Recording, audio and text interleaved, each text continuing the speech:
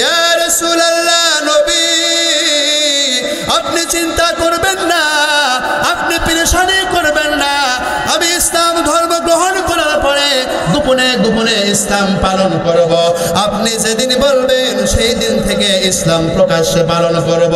তারপরও আপনি আমাকে ফিরাইয়া দিবেন না। আল্লাহর পয়গম্বর হযরত বেলালের আকুতি মিনতি দেখার পরে তাকে কালিমা পড়ে মুসলমান বানায়া দিলেন। নবীজির সাহাবী মুসলমান হওয়ার পরে তিনি তার মালিকের বাসায় চলে গেলেন। তিনি উট দুম্বা এই সমস্ত দেখাশোনা করতেন, তাদেরকে খাবার দাবার পরিবেশন করতে। ভালো একটা রুম ছিল না, থাকার একটা ভালো কক্ষ ছিল না। অনেক কষ্ট করে গোলামি জীবনযাপন করতেন নবীজির সাহাবী। তারপরেও তিনি কোনোদিন না শুকরি করে নাই। আল্লাহর শুকরিয়া আদায় করে করে, আল্লাহর প্রশংসা করে করে গোপনে গোপনে ইসলামের উপরে জীবনযাপন করেছে। এক মুহূর্তে আল্লাহ তাআলার কাছে কোনো অভিযোগ করে নাই।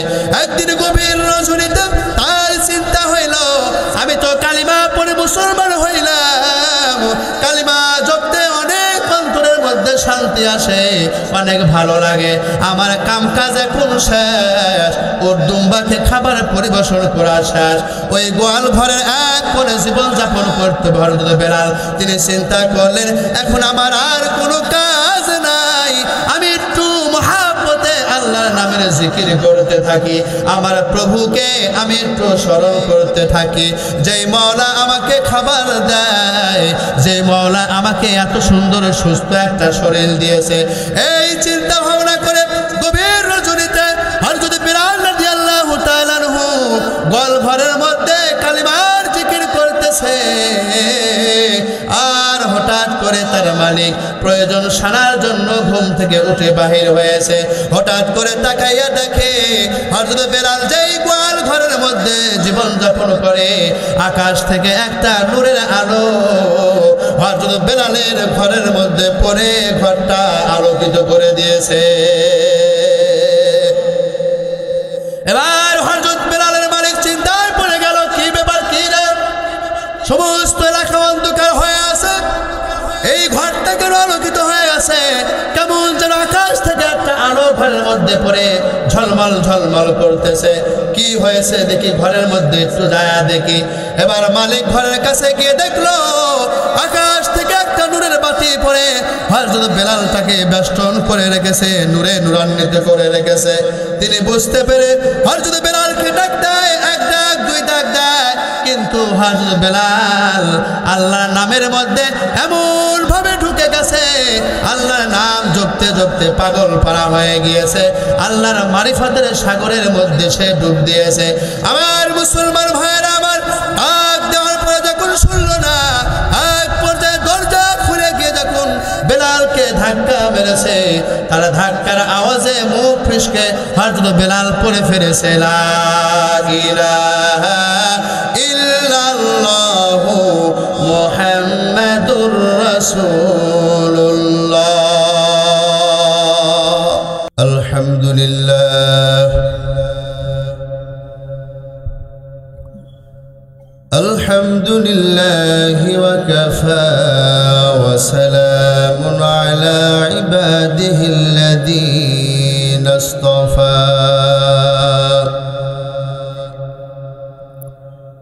أرسله بالحق بشيرا ونذيرا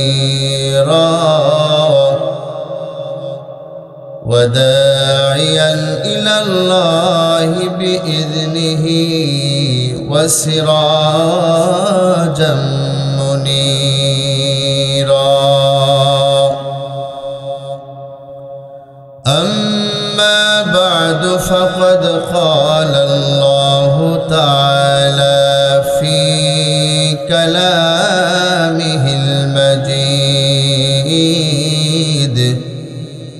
وفي فرقانه الحميد. আমার সাথে সকলেই পড়ুন, আউযু বিল্লাহি মিনাশ শাইতানির রাজীম। বিসমিল্লাহির রহমানির রহিম ওয়ালানাবলুওয়ান্নাকুম বিশাইইম মিনাল খাউফি ওয়াল জু'i ওয়া নাকসিম মিনাল আমওয়াল ওয়াল আনফুসি ওয়াস সামারাত ওয়া বাশশিরিস সাবিরিন وقال نبينا صلى الله عليه وسلم الدنيا سجن المؤمن وجنة الكافر أو كما قال النبي عليه الصلاة والسلام وقال تعالى في شان حبيبه إن الله وملائكته يصلون على النبي يا أيها الذين آمنوا صلوا عليه وسلموا تسليما সবাই দুরূদ শরীফ পড়ি اللهم صل على محمد وعلى آل محمد كما صليت على إبراهيم وعلى آل إبراهيم إنك حميد مجيد اللهم بارك على محمد وعلى آل محمد كما باركت على إبراهيم وعلى آل إبراهيم إنك حميد مجيد ওরে মুসলিম তুমি ঘুমিয়ে পড়েছ ডাকাত ঢুকেছে ঘরে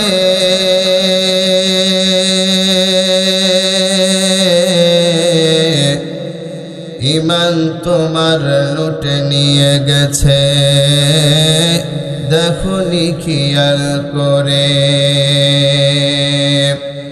কার ওসিলায় পালি পৃথিবী পালিয়া তো সুন্দর জীবন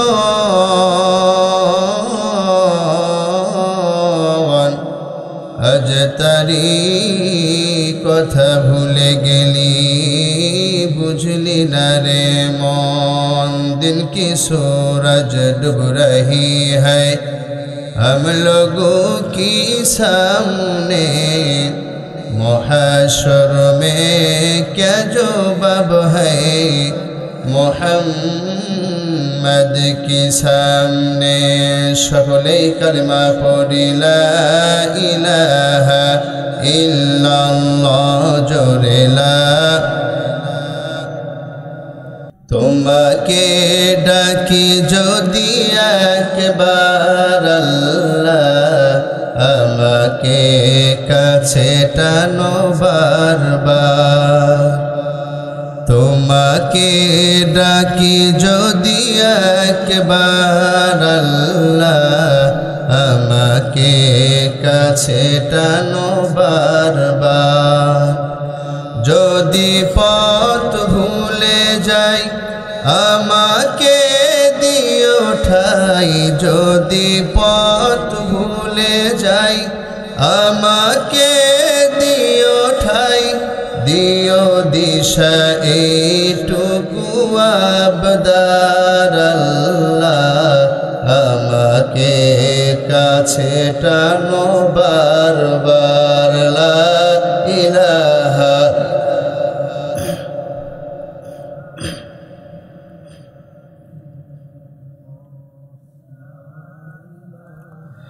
আল্লাহকে যারা ডাকিবে ভাবে আল্লাহর আপন তারাই হবে। সবাই জোরে সোরে বলেন মারহাবা। আল্লাহকে যারা ডাকিবে ভাবে আল্লাহর আপন তারাই হবে। এহকালে শান্তি পরকালে মুক্তি, এহকালে শান্তি পরকালে মুক্তি দেবেন তারে আল্লাহ তাআলা। লা ইলাহা ইল্লাল্লাহ জোরে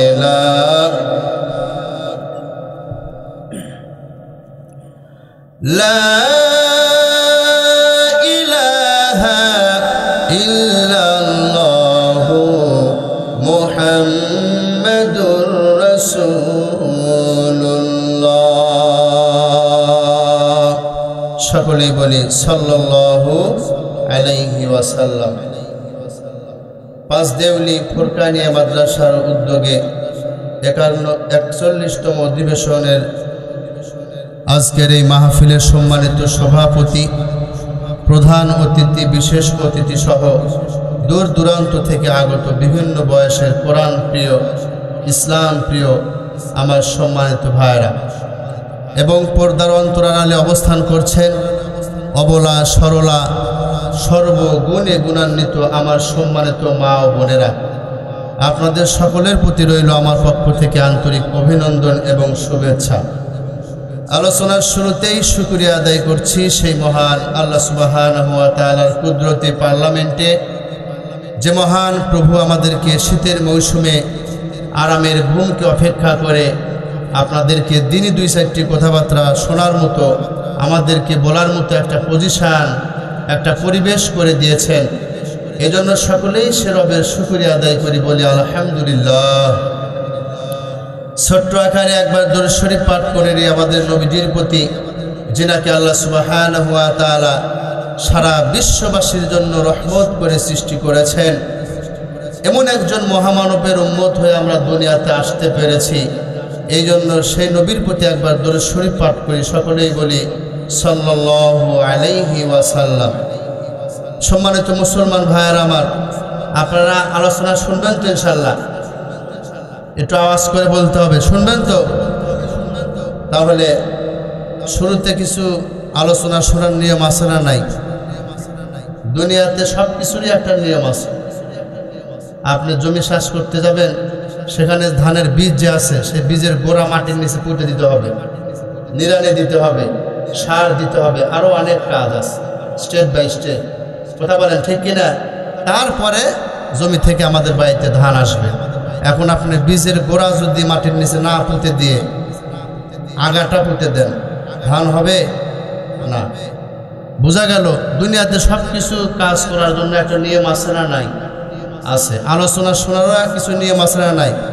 আছে। নাম্বার 1, বক্তা দেখতে সুন্দর হোক, কালো হোক, যে দেশেরই হোক, যাই হোক না কেন, আলোচনা শোনার সময় বক্তার চেহারার দিকে তাকা থাকতে হবে।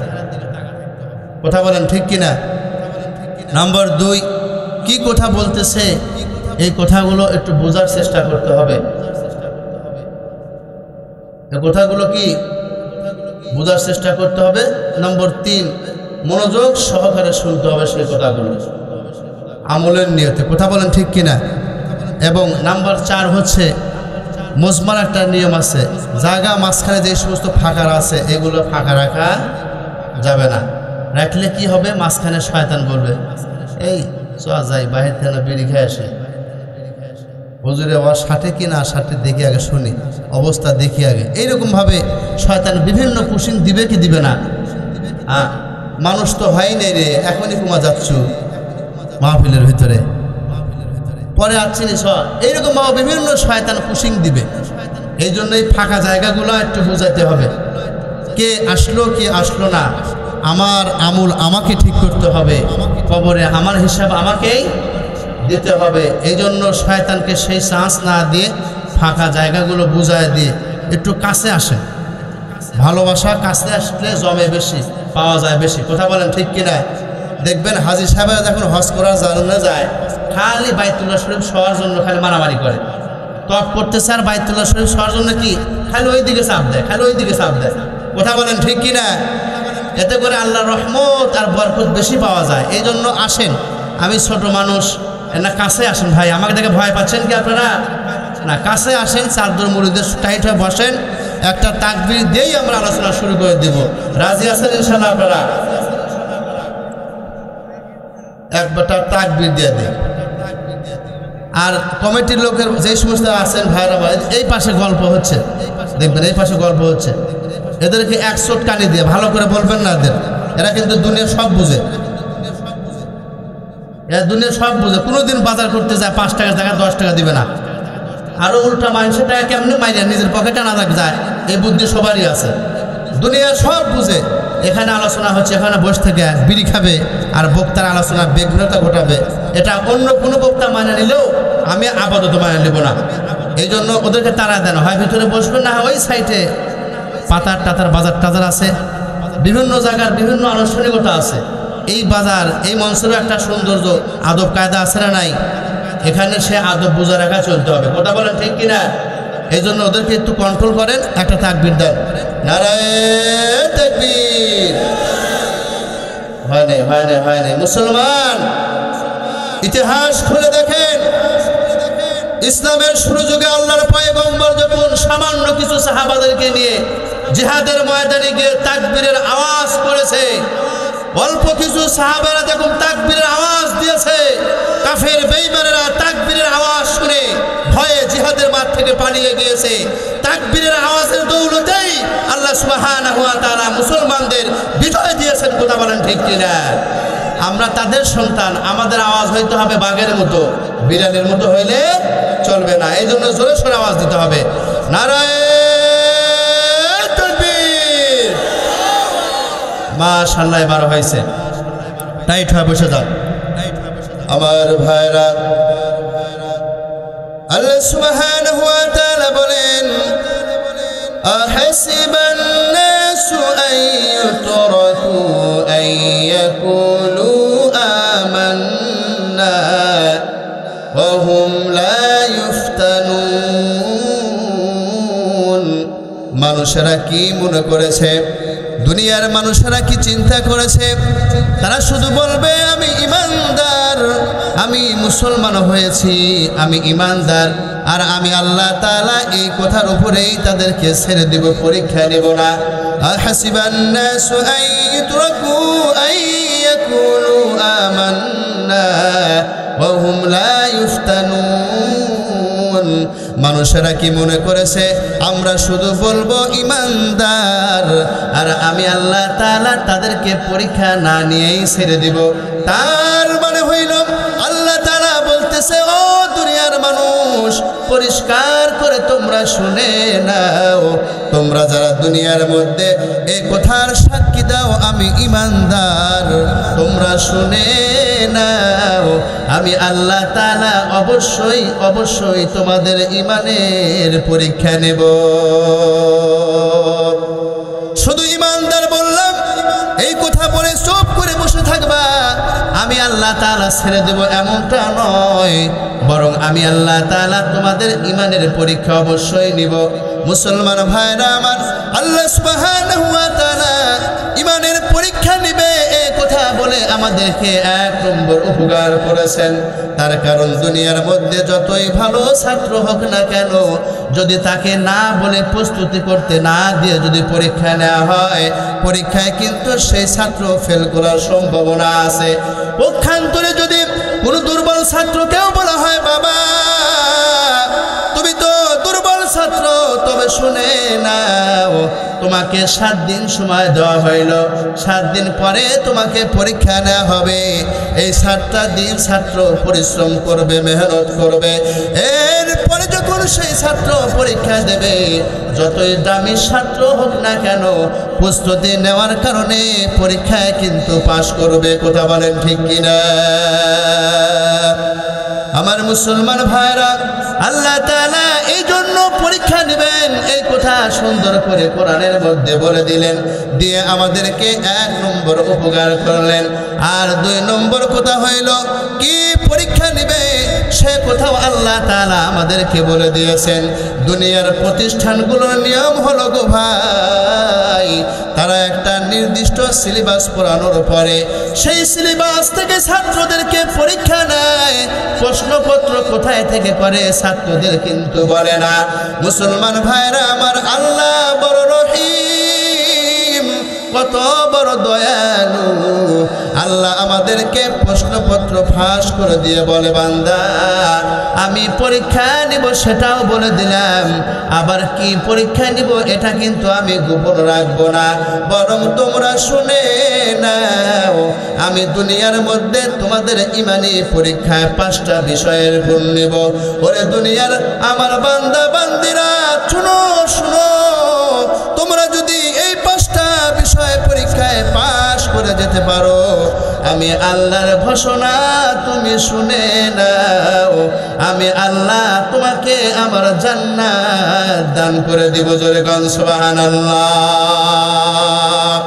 আল্লাহ তাআলা কোরআনের মধ্যে বলেন, ওয়ালানাবলুওয়ান্নাকুম বিশাইইম মিনাল খাউফি ওয়াল জু'i ওয়া নাকসিম মিনাল আমওয়াল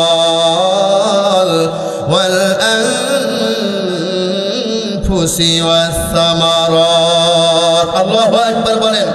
আল্লাহ তাআলা বলতেছেন, ওয়ালানাবলুওয়ান্নাকুম বিশাইইম মিনাল খাউফ। ও দুনিয়ার মুসলমান, 1 নম্বরে যে বিষয়গুলো আমি আল্লাহ তাআলা তোমাদের পরীক্ষা নেব সেটা হলো 1 নম্বর হইল তোমাদেরকে ভয়ের মাধ্যমে তোমাদের ঈমানের পরীক্ষা নেওয়া হবে। ওয়াল জু'i ওয়া নাকসিম মিনাল আমওয়াল, এরপরে তোমাদের দরিদ্র ক্ষুধা দিয়ে তোমাদের ঈমানের পরীক্ষা নেওয়া হবে। এরপরে তোমাদের মালের ক্ষতি দিয়ে ঈমানের পরীক্ষা নেব বান্দা। এরপরে তোমাদের জানের ক্ষতির মাধ্যমে তোমাদের ঈমানের পরীক্ষা নেওয়া হবে। আর 5 নম্বর যেটা হইল তোমাদের ফল ফসলের ক্ষতি করে আমি আল্লাহ তোমাদের ঈমানের পরীক্ষা নেব। 1 নম্বর ছিল আল খাউফের মাধ্যমে, ভয়ের মাধ্যমে আল্লাহ সুবহানাহু ওয়া তাআলা আমাদেরকে পরীক্ষা নেবেন গো ভাই। এই ভয়টা ঈমানের পরীক্ষা আমাদেরকে নেবে। ওরে নবীজির উম্মতের দল, যদি আমরা এই ভয়কে জয় করে ঈমানি পরীক্ষা দিয়ে পাশ করতে পারি, আল্লাহ বলেন বান্দা ওয়াবাশশিরিল মুমিনিন, ও আমার পয়গম্বর, এই 5টা বিষয় যেই সমস্ত বান্দা বান্দিরা পাশ করতে পারবে, আমার নবী আপনার উম্মতদেরকে পরিষ্কার করে বলে দেন, আমি আল্লাহ তাআলা আমার ওই বান্দাদেরকে আমার জান্নাত আমি দান করে দিব। জোরে গান সুবহানাল্লাহ। আল্লাহ তুমি দয়ার সাগর রহমানুর রহিম, তোমার দয়াই পূর্ণ আমার সারা নিশিদিন, তোমার দয়াই পূর্ণ আমার সারা নিশিদিন। কথা বলেন ঠিক কিনা? তুমি মিটাও সকল চাওয়া, দুদিন আগে পরে তোমার কাছেই সকল পাওয়া, সবই তোমার তরে। আল্লাহু আকবার বলেন। তুমি মিটাও সকল চাওয়া, দুদিন আগে পরে তোমার কাছেই সকল পাওয়া, সবই তোমার তরে। তোমার কাছেই চাই যে পানা, তোমার কাছেই চাই যে পানা, আমরা প্রতিদিন তোমার দয়াই পূর্ণ আমার সারা নিশিদিন, তোমার তোমার দয়াই পূর্ণ আমার সারা নিশিদিন। কথা বলেন ঠিক কিনা? এই জন্য মুসলমান ভাই, আল্লাহ তাআলা সুন্দর করে বললেন, বান্দা দুনিয়ার মধ্যে তোমাদের ইমানের পরীক্ষা নিব। এক নম্বরে ভয়ের মাধ্যমে তোমাদেরকে ইমানের পরীক্ষা নেব। তুমি যদি ইমানের পরীক্ষায় পাশ করো তাহলে তোমার জন্য আমার জান্নাত প্রস্তুত হয়ে আছে। ওরে নবীজির উম্মতের দল, আল্লাহর পয়গম্বরের সাহাবা কেরামগণ যুগে যুগে ইমানের পরীক্ষা তারা দিয়েছে। নবীজির সাহাবাদের জীবনের মধ্যে তালাশ করলে দেখা যায় তারা জীবনের সর্বক্ষেত্রে স্যাক্রিফাইস করেছে, কিন্তু ইমানের ক্ষেত্রে তারা কোনো স্যাক্রিফাইস করে নাই। তারা কোনো ছাড় দেয় নাই, টাকা নাই, পয়সা নাই, কোনো সমস্যা নাই, না খেয়ে জীবন পার করে, কোনো সমস্যা নাই। কিন্তু ইমান যখন হরণ করতে আসে প্রয়োজনে জীবন দিয়ে দিবে। সাহাবা কেরামগণ ইমান থেকে বাহির হইতে এক মুহূর্তের জন্য তারা রাজি হয় না। আমার মুসলমান ভাইরা আমার, এইরকম ঘটনা অহরহ রয়েছে। হাদিস শরীফ তালাশ করলে দেখা যায় নবীজির জীবনের মধ্যে এইরকম অনেক ঘটনা রয়েছে।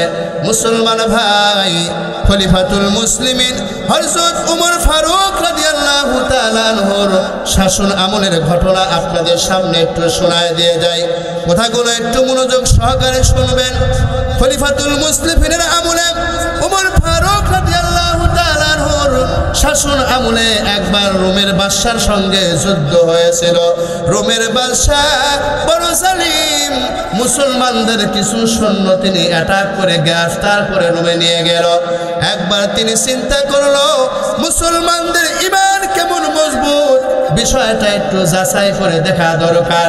এই বলে ওই রোমের বাদশা ঘোষণা করে দিল, ও সেনাপতি, যাদেরকে তুমি মুসলমানদেরকে গ্রেফতার করে নিয়ে এসেছো আমার রাজদরবারে জেল থেকে বাহির করে নিয়ে আসো, আমি তাদের একটু ইমানের পরীক্ষা নিতে চাই। এবার যখন জেলখানা থেকে সমস্ত কয়েদিদেরকে তাদের সামনে নিয়ে আসা হলো, রোমের বাদশা বলতেছে, মুসলমানের দল, তোদের মধ্যে নেতাকে? বাদশার চিন্তা হলো, নেতাকে যদি পটানো যায়, নেতাকে যদি একবার ভাগে আনা যায়, খ্রিস্টান বানানো যায়, নেতারা যারা অনুসরী রয়েছে তারা এমনি এমনি তার কথা শুনবে। কথা বলেন ঠিক কিনা?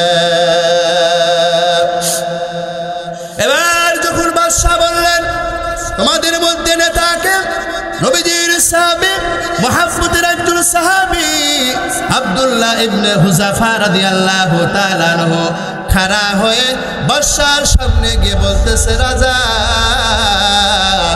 আমি হলাম এই সমস্ত মুসলমানদের নেতা, আপনি কি বলতে চান আমাকে বলতে পারেন।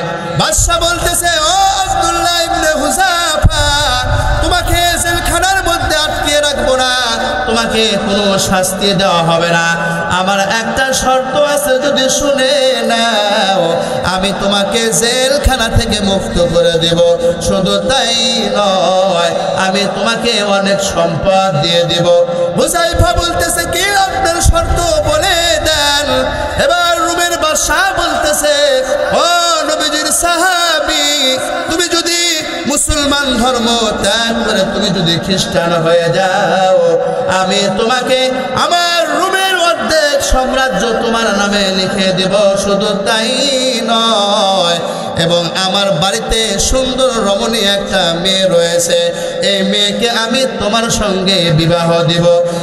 এরপরে যখন তোমার মুসলমানেরা তোমাকে দেখতে পাবে না, তাদের আরব থেকে খলিফাতুল মুসলিমিন যখন তোমাকে দূর দূর করে তাদের কাছ থেকে তাড়িয়ে দেবে, আমার মেয়েকে তোমার সঙ্গে বিবাহ দিব।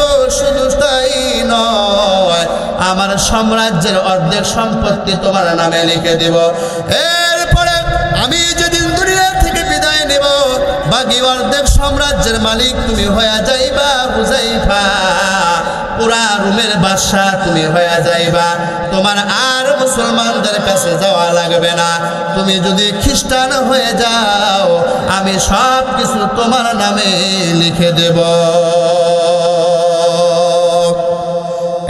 শোনার সঙ্গে সঙ্গে আব্দুল্লাহ ইবনে হুযাফা আগুনের মতো হয়ে গেল, শরীরের লোমগুলো দাঁড়িয়ে গেল, এরপরে চোখ দুটোটা লাল হয়ে গেল। মুসলমান ভাইরা আমার দাঁড়ায়া বলল, এই জাহান্নামের কুকুর, তুই কি দুনিয়ার লোভ দেখাইয়া আমার ঈমানটা হরণ করতে চাস? তাহলে তুই শুনে নে, আমাকে শুধু রুমের বাদশাহী কেন, সারা পৃথিবীও যদি তুই আমাকে দেস, আমি হুযাফা এক মুহূর্তের জন্য ঈমান থেকে বাহির হইতে পারবো না। हकीकत से तू दुनिया बेखबर है, दुनिया की नुमाइश पर नजर है। नमी गोयम के अज दुनिया जुदा बाश, बाहर कारे के बाशी बा खुदा बाश। चिस्ते दुनिया अज खुदा নয় কমাশু নরহু ফরজিন্দজান। আল্লাহু আকবার বলেন। আমার মুসলমান ভাই, রুমের বাদশার সামনে সিংহের মতো যখন আব্দুল্লাহ ইবনে হুযাফা যখন গর্জন মারলেন, রুমের বাদশা কোনো সাধারণ কোনো বাদশা নয়, তৎকালীন সময়ের সুপ্রিম পাওয়ার বলা যাইতে পারে। এখনকার যুগে যে এরকম সর্বোচ্চ পরাশক্তি হচ্ছে জাপান, আমেরিকা, রাশিয়া, ওই সময়কার পরাশক্তি ছিল রোম, পারস্য। একজন পারস্য রুমের বাদশার সামনে ইমানদার একজন সাহাবী যখন সিংহের মতো গর্জন মারলেন, বাদশা ক্ষেপে আগুন হয়ে বলতেছে, এই জেলের দারোয়ান, আমি দেখতে চাই মুসলমানদের ইমানের কত বড় পাওয়ার। নিয়ে যা একে জেলখানার মধ্যে বন্দি করে দাও এবং খানা পানি তোমরা এদেরকে বন্ধ করে দিবা। যখন একদম মৃত্যুর কোলে ঢেলে পড়বে তখন তার সামনে খানা নিয়ে যাবা, আমার পারমিশন নেওয়ার পরে তার সামনে খানা নিয়ে যাবা। মুসলমান ভাইরা আমার, এবার তাদেরকে জেলখানার মধ্যে বন্দি করলেন। একদিন, দুই দিন, এক সপ্তাহ, ১.৫ সপ্তাহ যখন পার হয়ে যায়, নবীজির সাহাবী আব্দুল্লাহ ইবনে হুযাফা আর নড়াচড়া করতে পারে না, শরীরের মধ্যে শক্তি নাই, ১০ দিনের মতো না খেয়ে আছে। যেই ডাক্তারকে চিকিৎসার জন্য নির্দিষ্ট করেছিল, বাদশার দরবারে গিয়ে বলতেছেন, জাহাপনা, হুযাফা নিস্তেজ হয়ে গিয়েছে, এখন তাকে অবশ্যই খাবার দেওয়ার প্রয়োজন, না দিলে হয়তো আর সে দুনিয়ার মধ্যে বেঁচে থাকবে না। বাদশা বলল, ঠিক আছে, যাও যাও, তার সামনে খানা নিয়ে যাও, তবে তার সামনে কোনো হালাল খানা নিয়ে যাইবা না, তার সামনে নিয়ে যাইবা শুকরের গোশত আর মদ মিশানো পানি নিয়ে যাবা। তাকে দেওয়ার আগে এই কথাগুলো তাকে বলে তার সামনে খাবার পরিবেশন করবা। আমার মুসলমান ভাই, এইদিকে নবীজির সাহাবী নিস্তেজ হয়ে গিয়েছে, একদম নড়াচড়া করতে পারতেছে না। আল্লাহর পয়গম্বরের সাহাবীর কাছে ডাক্তার খাবার নিয়ে গেল, গাইয়া বলতেছে, হুযাফা, এখন যদি তুমি খাবার না খাও মৃত্যুবরণ করবা। এই যে দেখো তোমার সামনে খাবার নিয়ে এসেছি, তবে তুমি শুনে নাও, তোমার সামনে শুকরের গোশত আর মদ মিশানো পানি নিয়ে আসা হয়েছে, কোনো হালাল খাবার তোমার সামনে নিয়ে আসা হয় নাই। মুসলমান ভাই, যখন তার সামনে এই কথা বলেছে, নবীজির সাহাবী তার ইমানি শক্তি দিয়ে বলতেছে, এই কাফির বেঈমানের ডাক্তার, তুই তোর বাদশাকে গিয়ে বল, আমি হুযাফা না খেয়ে খেয়ে দুনিয়া থেকে মৃত্যুবরণ করতে রাজি আছি, তারপরে এক মুহূর্তের জন্য হারাম খাবার আমার মুখে লাগাইব না। তার কারণ বেঈমানদের এগুলো টেকনিক, ঈমান হরণ করার জন্য প্রথমে তাদেরকে সম্পদের মোহ দেখাবে, তারপরে তাদেরকে বিভিন্ন মানসিক কষ্ট দিবে। বাদশার টেকনিক হইল তার অন্তরের মধ্যে যে ঈমানের পাওয়ারটা রয়েছে, এই ইমানের পাওয়ারটা নষ্ট করতে হলে, তার ইমানটা দুর্বল করতে হইলে আগে তার শরীরের মধ্যে হারাম খাবার ঢুকাইতে হবে। যদি হারাম খাবার ঢুকাইতে পারি তাহলে তার মুখ থেকে কালিমা ত্যাগ করা সহজ হয়ে যাবে। কথা বলেন ঠিক কিনা? এটা ইহুদি খ্রিস্টানদের একটা ষড়যন্ত্র। হারাম খাওয়ায়া খাওয়ায়া মুসলমানদেরকে ইমান থেকে বাহির করার জন্য তারা নানান রকম ষড়যন্ত্র করে। কথা বলেন ঠিক কিনা? আজকে আমাদের সমাজের মধ্যেও দেখবেন বিভিন্ন মসজিদের কমিটি, বিভিন্ন জালসার মধ্যে সভাপতি সেক্রেটারি হয়, তারা সব কথা বলতে পারা, চেহারা সুন্দর তুলতুলা, অনেক উঁচা লম্বা, তারা তো সত্য কথা বলতেই পারে না। কারণ সুদ খাইতে খাইতে, ঘুষ খাইতে খাইতে তাদের এমন অবস্থা হয়ে গেছে তারা আর হক কথা বলতে পারে না। কথা বলেন ঠিক কিনা? তারা তো বলতে পারেই না। বরং ইমাম সাহেব, মুয়াজ্জিন সাহেব এবং বিভিন্ন জাল সাহেব, ওলামায়ে কেরাম যখন হক কথা বলতে চায় তাদেরকে আড়ষ্ট করার জন্য, তাদের বিভিন্ন চিঠি দিয়ে কোলঠাসা করার জন্য তাদের বিরুদ্ধে কথা বলে। কথা বলেন ঠিক কিনা? কিন্তু বাংলার মুসলমান সেই রকমটা নয়, তাদের মতো হারাম খাওয়া নয়। এই বাংলার জমিনে এখনো কিছু ইমানদার মুসলমান আছে। কথা বলেন ঠিক কিনা? তাদের শরীরে পোশাক নাই, তাদের বাড়িতে ভালো খাবার নাই, কিন্তু তারা কোরআনকে ভালোবাসে, তারা ইসলামকে ভালোবাসে। কথা বলেন ঠিক কিনা? এই জন্য সেই সমস্ত ইমানদারদেরকে নিয়েই আমরা আজকে এই মাহফিল থেকে ইমানের দাবি নিয়ে ওই সমস্ত কোরআনের শত্রুদেরকে, ইসলামের শত্রুদেরকে পরিষ্কার করে বলে দিতে চাই, তোমরা ইসলামকে নিয়ে যতই ষড়যন্ত্র করো না কেন তোমরা কামিয়াবি হইতে পারবে না। আমরা তাওহীদি ইমানদার মুসলমান খাবার না খাইতে পারি, কোরআন না থাকতে পারে আমাদের অন্তরের ভিতরে, কিন্তু আমরা ইমানদার মুসলমান, কোরআনের মহব্বত আমাদের অন্তরে রয়েছে। কথা বলেন ঠিক কিনা? সুতরাং তোমরা ষড়যন্ত্র করে কামিয়াবি হইতে পারবে না। প্রয়োজনে আমরা জীবন দিয়ে, রক্ত দিয়ে রাজপথে নেমে আল্লাহর কোরআনকে রক্ষা করবো। কথা বলেন ঠিক কিনা?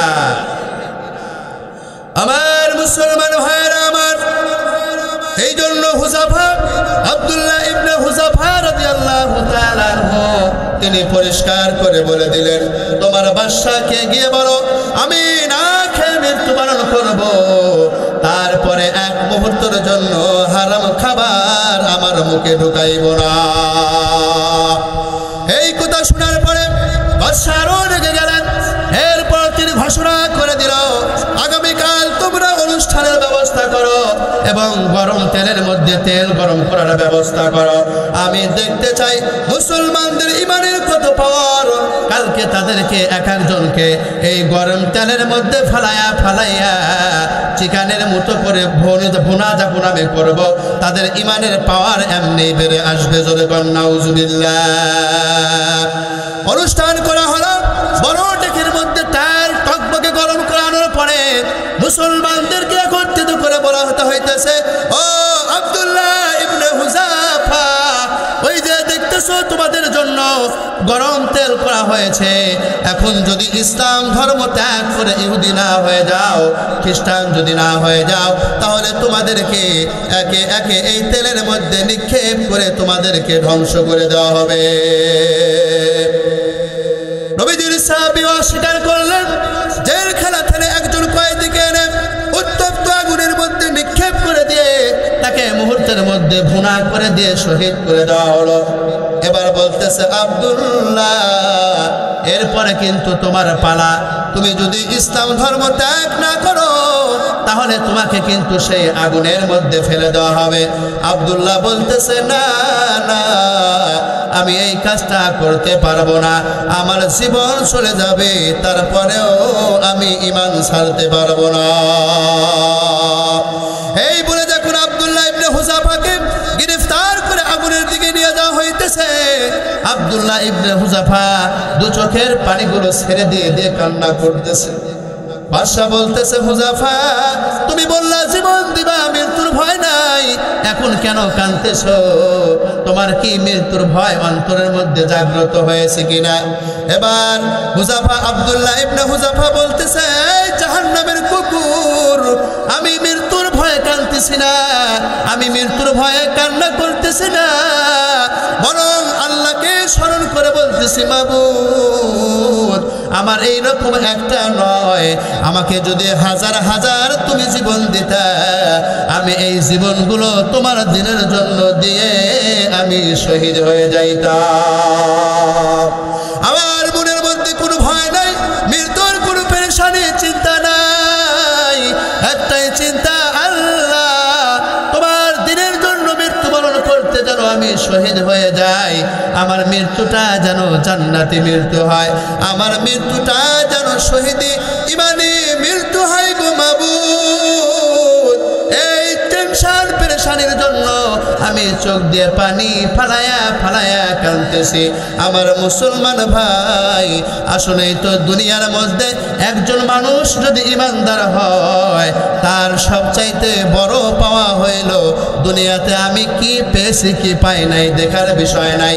দুনিয়ার মধ্যে আমি কে খাইলাম কে খাই নাই সমস্যা নাই, আমি হইলাম ইমানদার মুসলমান। আল্লাহর কাছে একটাই আরজু হবে, মাবুদ ও আসমানের মালিক, দুনিয়াতে তুমি যা কিছু আমাকে দিয়েছো আমার কোনো সমস্যা নাই, আমার একটাই আশা মৃত্যুর সময় যেন ইমানটা নিয়ে আমি মৃত্যুবরণ করতে পারি। কথা বলেন ঠিক কিনা? নবীজির সাহাবী এই জন্যই কান্না করতেছে, কারণ সে একজন ইমানদার মুসলমান। আজকে আমাদের সমাজের মধ্যেও দেখবেন যারা ইমানদার মানুষ, তাদেরকে জিজ্ঞাসা করলে তাদের পরিচয় দুনিয়াতে মৃত্যুর আগেই পাবেন আপনি। দুনিয়ার মধ্যে যারা ইমানদার মানুষ, কারা ইমানদার আর কারা দুনিয়াদার, এদেরকে পরীক্ষা করার জন্য জিজ্ঞাসা করবেন, চাচা আপনার বয়স তো অনেক হয়ে গিয়েছে, আপনার চুলগুলো সাদা হয়ে গিয়েছে, চোখের পাওয়ার কমে গিয়েছে, আপনার মৃত্যুর আগে আপনার চাওয়া কি, আপনার বাসনা কি একটু বলবেন? যদি মানুষটা আল্লাহওয়ালা হয় বলবে আমার দুনিয়াতে আর কোনো চাওয়া নাই, এই দুনিয়ার জমিনে আমার কোনো পাওয়া নাই, একটাই পাওয়া আল্লাহর কাছে। মাবুদ দুনিয়াতে যা সম্মান দিয়েছ, যা টাকা পয়সা দিয়েছ সন্তুষ্ট হয়েছি, আমার একটাই এখন চাওয়া মৃত্যুর আগে যেন ইমানটা নিয়ে মৃত্যুবরণ করতে পারি। কথা বলেন ঠিক কিনা?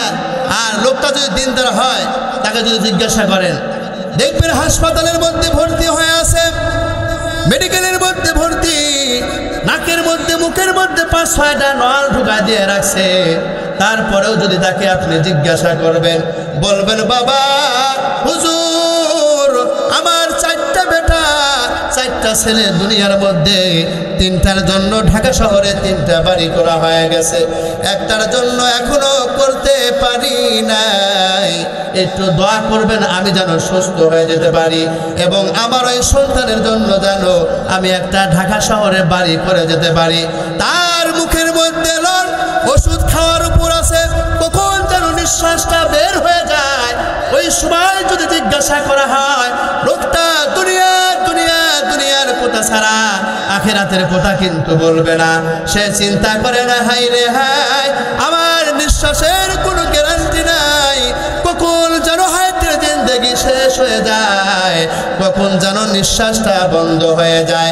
ওরে যুবক ভাই, তুমি দুনিয়ার তামাশার মধ্যে বসে আছো, দুনিয়ার নাম বিনার মধ্যে বসে আছো, তুমি জানো না পেপার খুললেই যুবকদের মৃত্যুর খবর আমরা দেখতে পাই, গাড়ি অ্যাক্সিডেন্ট করে মৃত্যুবরণ করতেছে, আর তুমি দুনিয়ার মধ্যে রং তামাশায় বসে আছো, দুনিয়ার রং তামাশার ভিতরে তুমি পড়ে থাকবা, কখন জানো দেখবা আজরাইল তোমার সামনে আমার সামনে এসে হাজির হয়ে গেছে। বলেন ঠিক কিনা?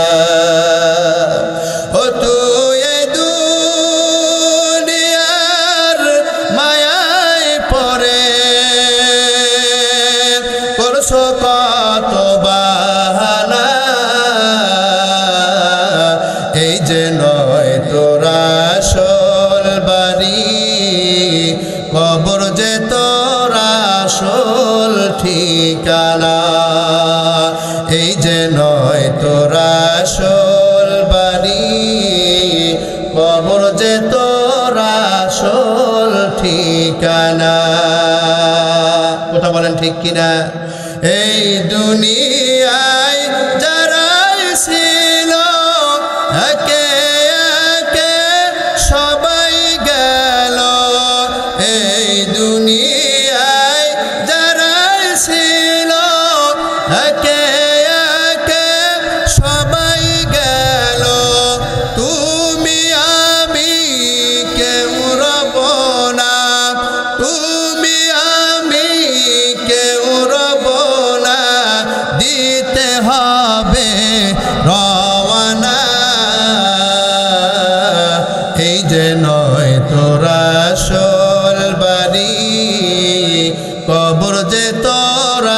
আসল ঠিকানা।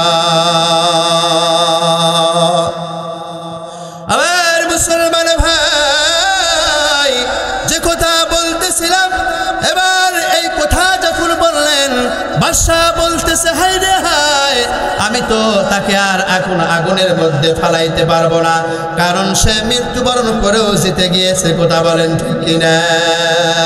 দুনিয়ার মধ্যে এমন কিছু অবস্থা রয়েছে, এমন কিছু সিচুয়েশন অবস্থা তৈরি হয়, যেই সময় আপনি হেরে গেলেও জিতে যাবেন। এইরকম অনেক অবস্থা আমাদের সামনে পড়ে কিনা? যেই রকম নবীজির জীবনী থেকে পাওয়া যায়, আল্লাহর পয়গম্বরের সঙ্গে একবার এক ইহুদির কথা কাটাকাটি হইতে হইতে এক পর্যায়ে আল্লাহর পয়গম্বরের গালের মধ্যে একবার ইহুদি থাপ্পড় মেরে দিল। আল্লাহর পয়গম্বর রাগলেন না, ক্ষিপ্ত না হইয়া ভালোবাসালে বলতেছে, ভাই অনেক কষ্ট করে তুমি আমাকে থাপ্পড় মেরে দিলা, অনেক কষ্ট করে অনেক শক্তি দিয়ে আপনি আমাকে থাপ্পড় মারলেন, না জানি আপনার হাতের মধ্যে ব্যথা লেগেছে, আপনি কষ্ট পেয়েছেন কিনা গো ভাই, আপনি একটু জানায়া দেন। ইহুদি কথাটা শোনার পরে সঙ্গে সঙ্গে নবীজির পায়ের মধ্যে লুটিয়ে পড়েছে, চিল্লায় চিল্লায় বলতেছে, ও গো পয়গম্বর, ও ইসলামের নবী,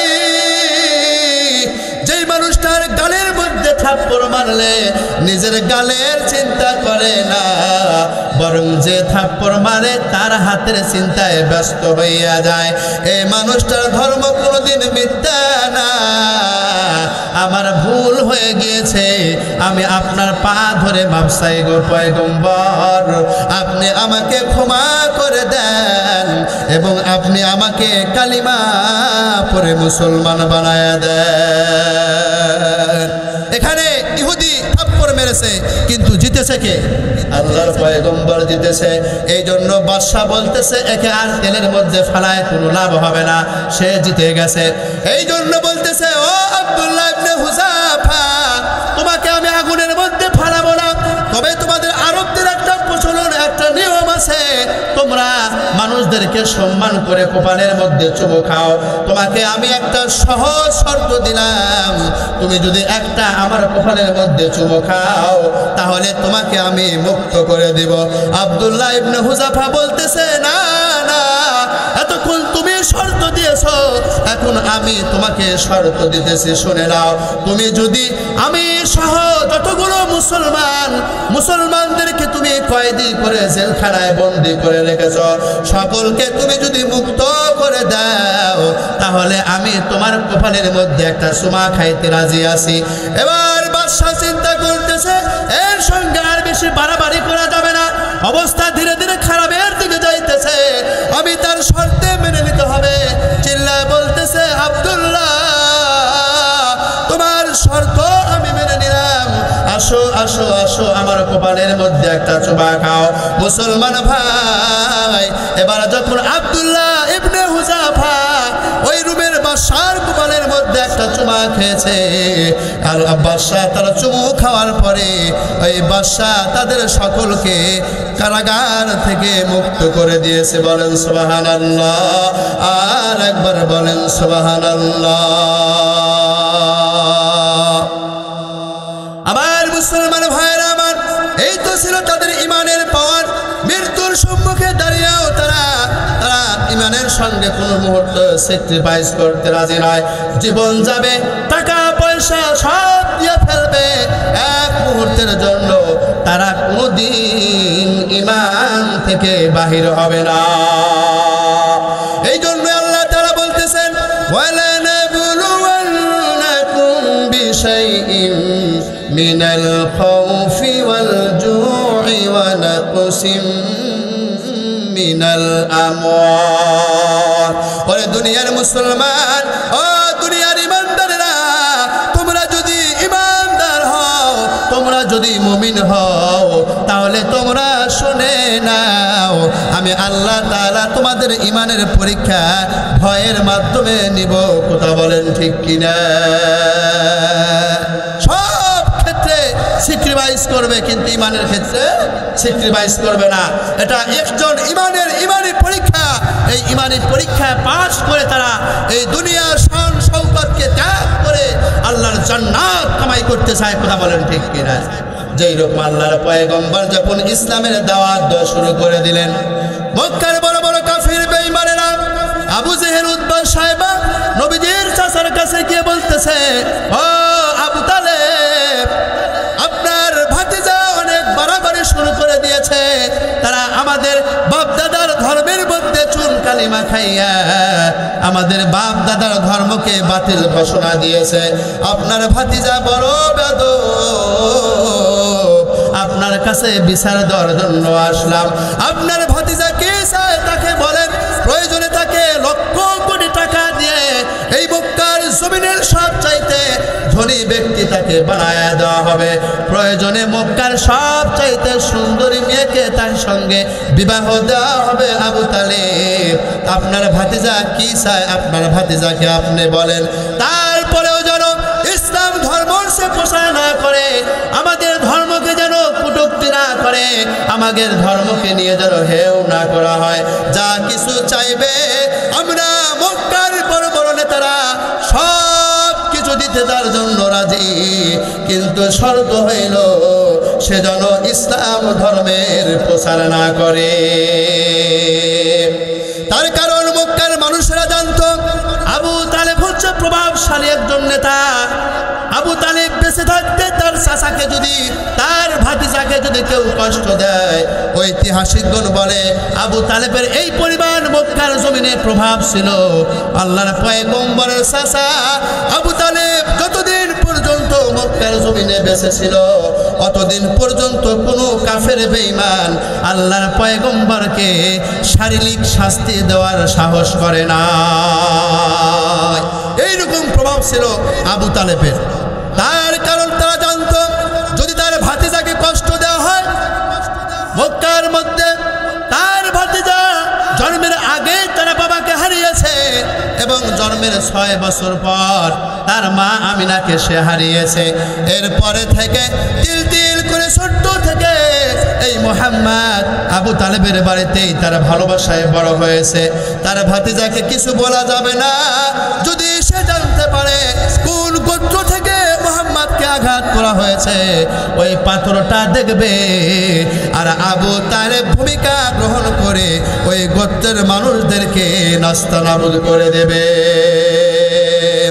এই জন্য মক্কার বেঈমানেরা সর্বপ্রথম নবীজির চাচা আবু তালেবের কাছে এই প্রস্তাবটা রাখলেন, সম্পদের প্রস্তাব দিলেন, সুন্দরী মেয়ের প্রস্তাব দিলেন। এবার আল্লাহর পয়গম্বর যখন দিনের কাজ সেরে বাড়িতে আসলেন, তার চাচা আবু তালেব বলতেছে, ভাতিজা, মক্কার কাফের বেঈমানেরা এসেছিল, তারা টাকার লোভ দেখাইয়া গেল, তারা পয়সার লোভ দেখাইয়া গেল, সুন্দরী মেয়ের লোভ দেখাইয়া গেল। ভাতিজা, তুমি কি তাদের এই অফার গ্রহণ করবে কিনা আমাকে বলে দাও। পয়গম্বর বললেন, চাচা,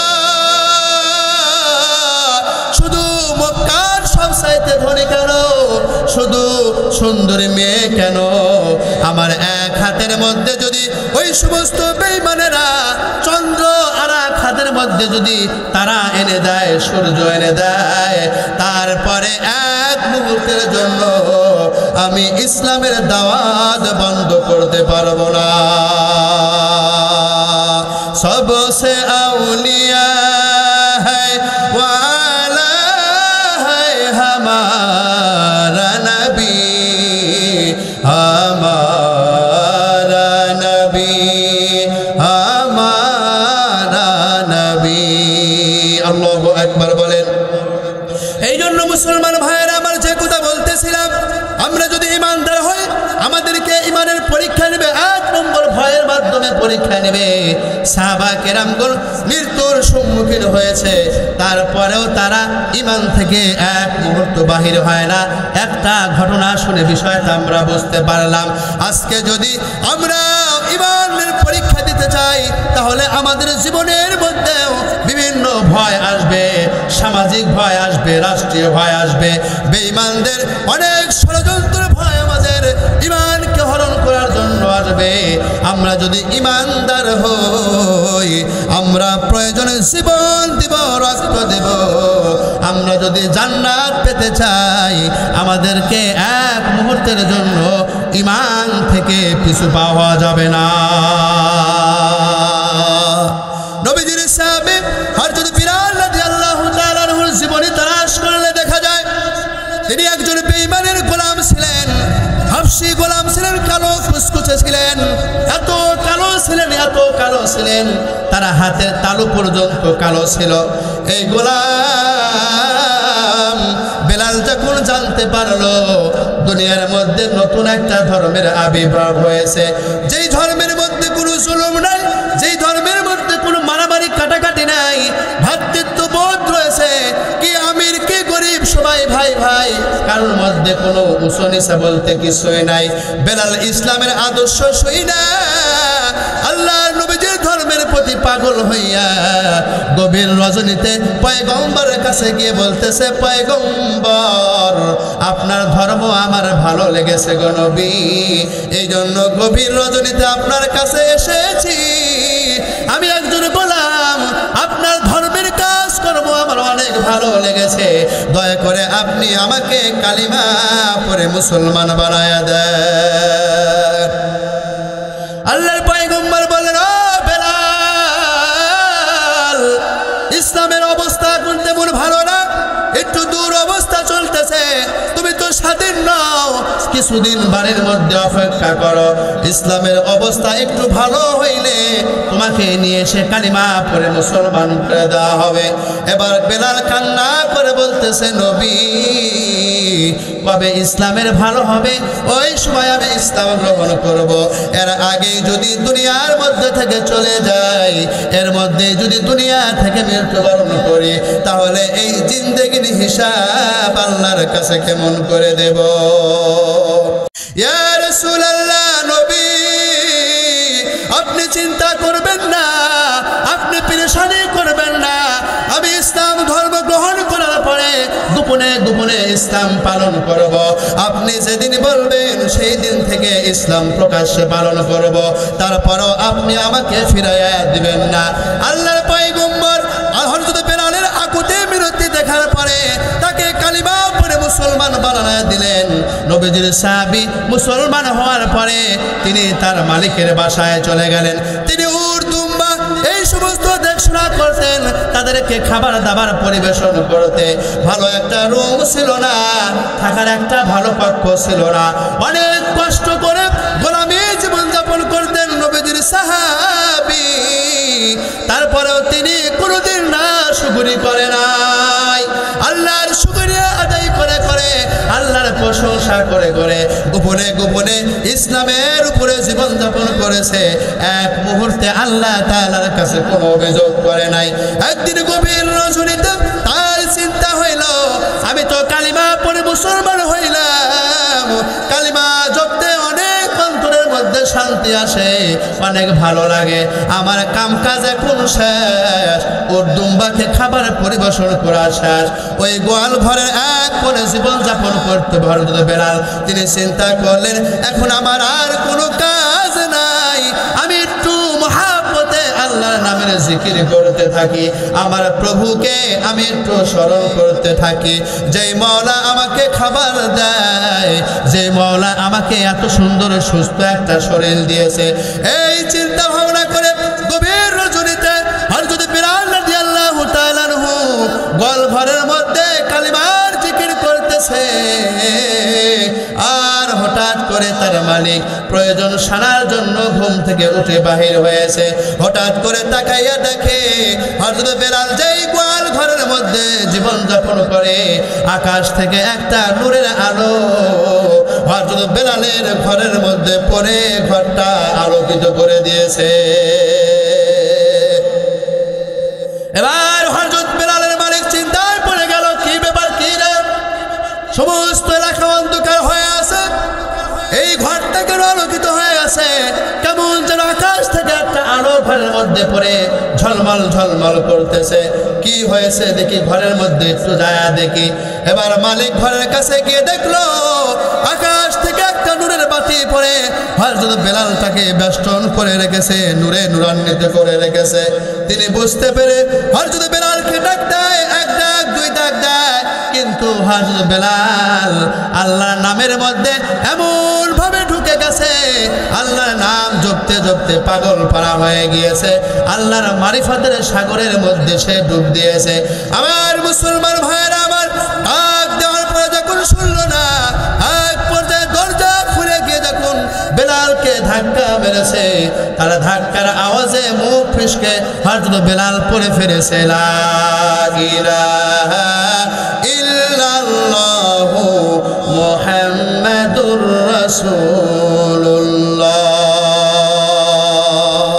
সাল্লাল্লাহু আলাইহি ওয়াসাল্লাম। হযরত বেলালের মালিক যখন শুনলেন, হযরত বেলাল কালিমা পাঠ করলেন, সাথে সাথে হযরত বেলালের টুটি চেপে ধরে বলতেছে, বেলাল কি কাজ তুমি করেছো? আমাদের বাড়িতে খাও, আমাদেরই পড়ো, আর মুহাম্মাদের ইসলাম গ্রহণ কেন করেছো? তোমার তো সাহস কম নয়, এই মুহূর্তে ইসলাম তুমি ত্যাগ করো, নইলে তোমাকে জানে মেরে ফেলে দেওয়া হবে। হযরত বেলাল বলতেছে, মালিক আপনি তো আমার সাধারণ দুনিয়ার মালিক, আমার সব চাইতে বড় মালিক যিনি আমার আল্লাহ, আমি সেই আল্লাহকে গ্রহণ করেছি। আমার জান যদি চলে যায় এক মুহূর্তের জন্য কালিমা আমি ছাড়তে পারবো না। হযরত বেলালের মালিক বলতেছে, তুই যেহেতু আমাকে ছাড়বি না, আমি তোকে কেন ছাড়বো? কোরআন ধরে আবু জেহেলের কাছে নিয়ে যাওয়া হলো। আবু জেহেল বলতেছে, এই গোলামের বাচ্চা গোলাম, তোর সাহস তো কম নয়, আমাদের খাবি, আমাদের পড়বি, আর আমাদের ধর্মে ত্যাগ করলি, তোকে এটা মেনে নিতে দেওয়া হবে না। এই মুহূর্তে কালিমা ত্যাগ না করলে তোকে শাস্তি দেওয়া হবে। তিনি অস্বীকার করলেন, সাথে সাথে কিছু কাফের যুবকদেরকে লাগায় দেওয়া হলো, আর তাদেরকে বলে দেওয়া হলো, কাফের যুবকের দল, এই বেলালকে কঠিন প্রহার করো, মারতে মারতে তাকে গোশতের মতো লাল করে ফেলবা। এরপরে যখন তার শরীর থেকে রক্ত বের হতে শুরু করবে, ওই সময় তাকে মরুভূমির উত্তপ্ত বালুর মধ্যে চিৎ করে শোয়াইয়া, বালুর মধ্যে শোয়ানোর পরে হাত পা টান করে বেঁধে রাখবা। এরপরে বুকের উপরে ওজন বিশিষ্ট বড় একটা পাথর দিবা। এরপরে অমনি তাকে শাস্তি প্রয়োগ করে রেখে আসবা। এবার যখন রাত্রি পার হওয়ার পরে সকাল হয়ে যাবে, মৃত্যুবরণ যখন হযরত বেলাল করে ফেলবে, এবার তার লাশটা মুহাম্মাদের কাছে নিয়ে গিয়ে উপহার দিবা, আর বলবা, আবু জাহেল মক্কার নেতা বলেছে, ও আব্দুল্লাহর ছেলে মুহাম্মদ, আপনি যদি আমাদের লোকজনদেরকে কালিমা পড়ে মুসলমান বানায়া দেন, আবু জেহেল প্রত্যেক জনকে এমন অবস্থা করে দিবে, জোরে পড়ুন নাউযুবিল্লাহ। আমার মুসলমান ভাইরা আমার, ইমানি পরীক্ষাকে আমাদেরকে দিতে হবে। বলতে গিয়ে ঘটনাটা বলতেছিলাম, এবার মারপিট করে পরের দিন যখন কাফের যুবকেরা বেলালের লাশটা আবার আল্লাহর পয়গম্বরের কাছে জমা দিতে যাবে, গিয়ে দেখে বেলাল তো মরে নাই, তার শরীর পুরা সুস্থ হয়ে গিয়েছে, বরং তিনি সুস্থ শরীর নিয়ে আল্লাহর কালিমা জপতেছে, আর নিঃশ্বাসের সঙ্গে বুকের বিশাল পাথরটা উঠতেছে আর ডাবতেছে। জোরে বলেন সুবহানাল্লাহ, আর একবার বলেন সুবহানাল্লাহ। করলা গিয়া কান্দ তুমি, কার লাগিয়াই হাসো, যে তোমার করলো সৃজন, যে তোমার করলো সৃজন, তারই ভুলে গেছো।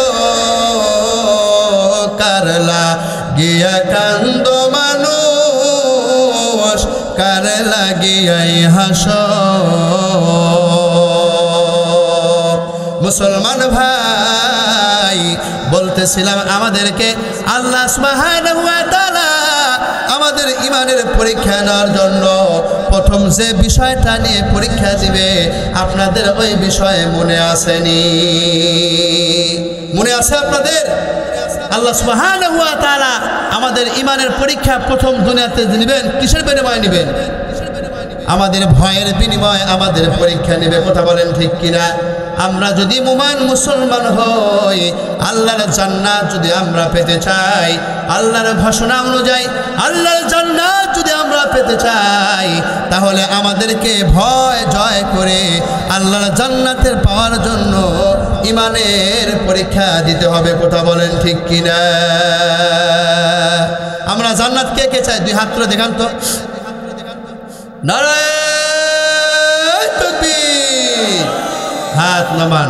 জান্নাত চায় না এমন কোন মানুষ যদি ফেরাউনের সন্তানকেও জিজ্ঞাসা করে ওরা হয় ভাই আপনি জান্নাত চান কি চান না, সেও বলবে হ্যাঁ আমি জান্নাত চাই। কিন্তু মুসলমান ভাইরা আমার, জান্নাত পাইতে হলে আমাদেরকে ঈমানের পরীক্ষা দিতে হবে। এই ঈমানের পরীক্ষার মধ্যে 1 নম্বর পরীক্ষা ছিল ভয়ের মাধ্যমে পরীক্ষা নেবে। এই ভয় দিয়ে যদি পরীক্ষা নেয়, আমরা যদি এই ভয়কে জয় করতে পারি, তাহলেই আল্লাহ আমাদেরকে জান্নাত দিবে। কথা বলেন ঠিক কিনা? জান্নাত চির সুখের ঘর, জান্নাত চির সুখের ঘর, যদি জানতে ওগো তুমি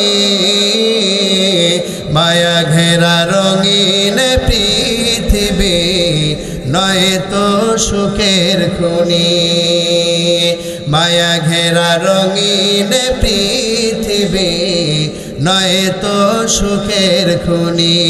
কথা বলেন ঠিক কিনা?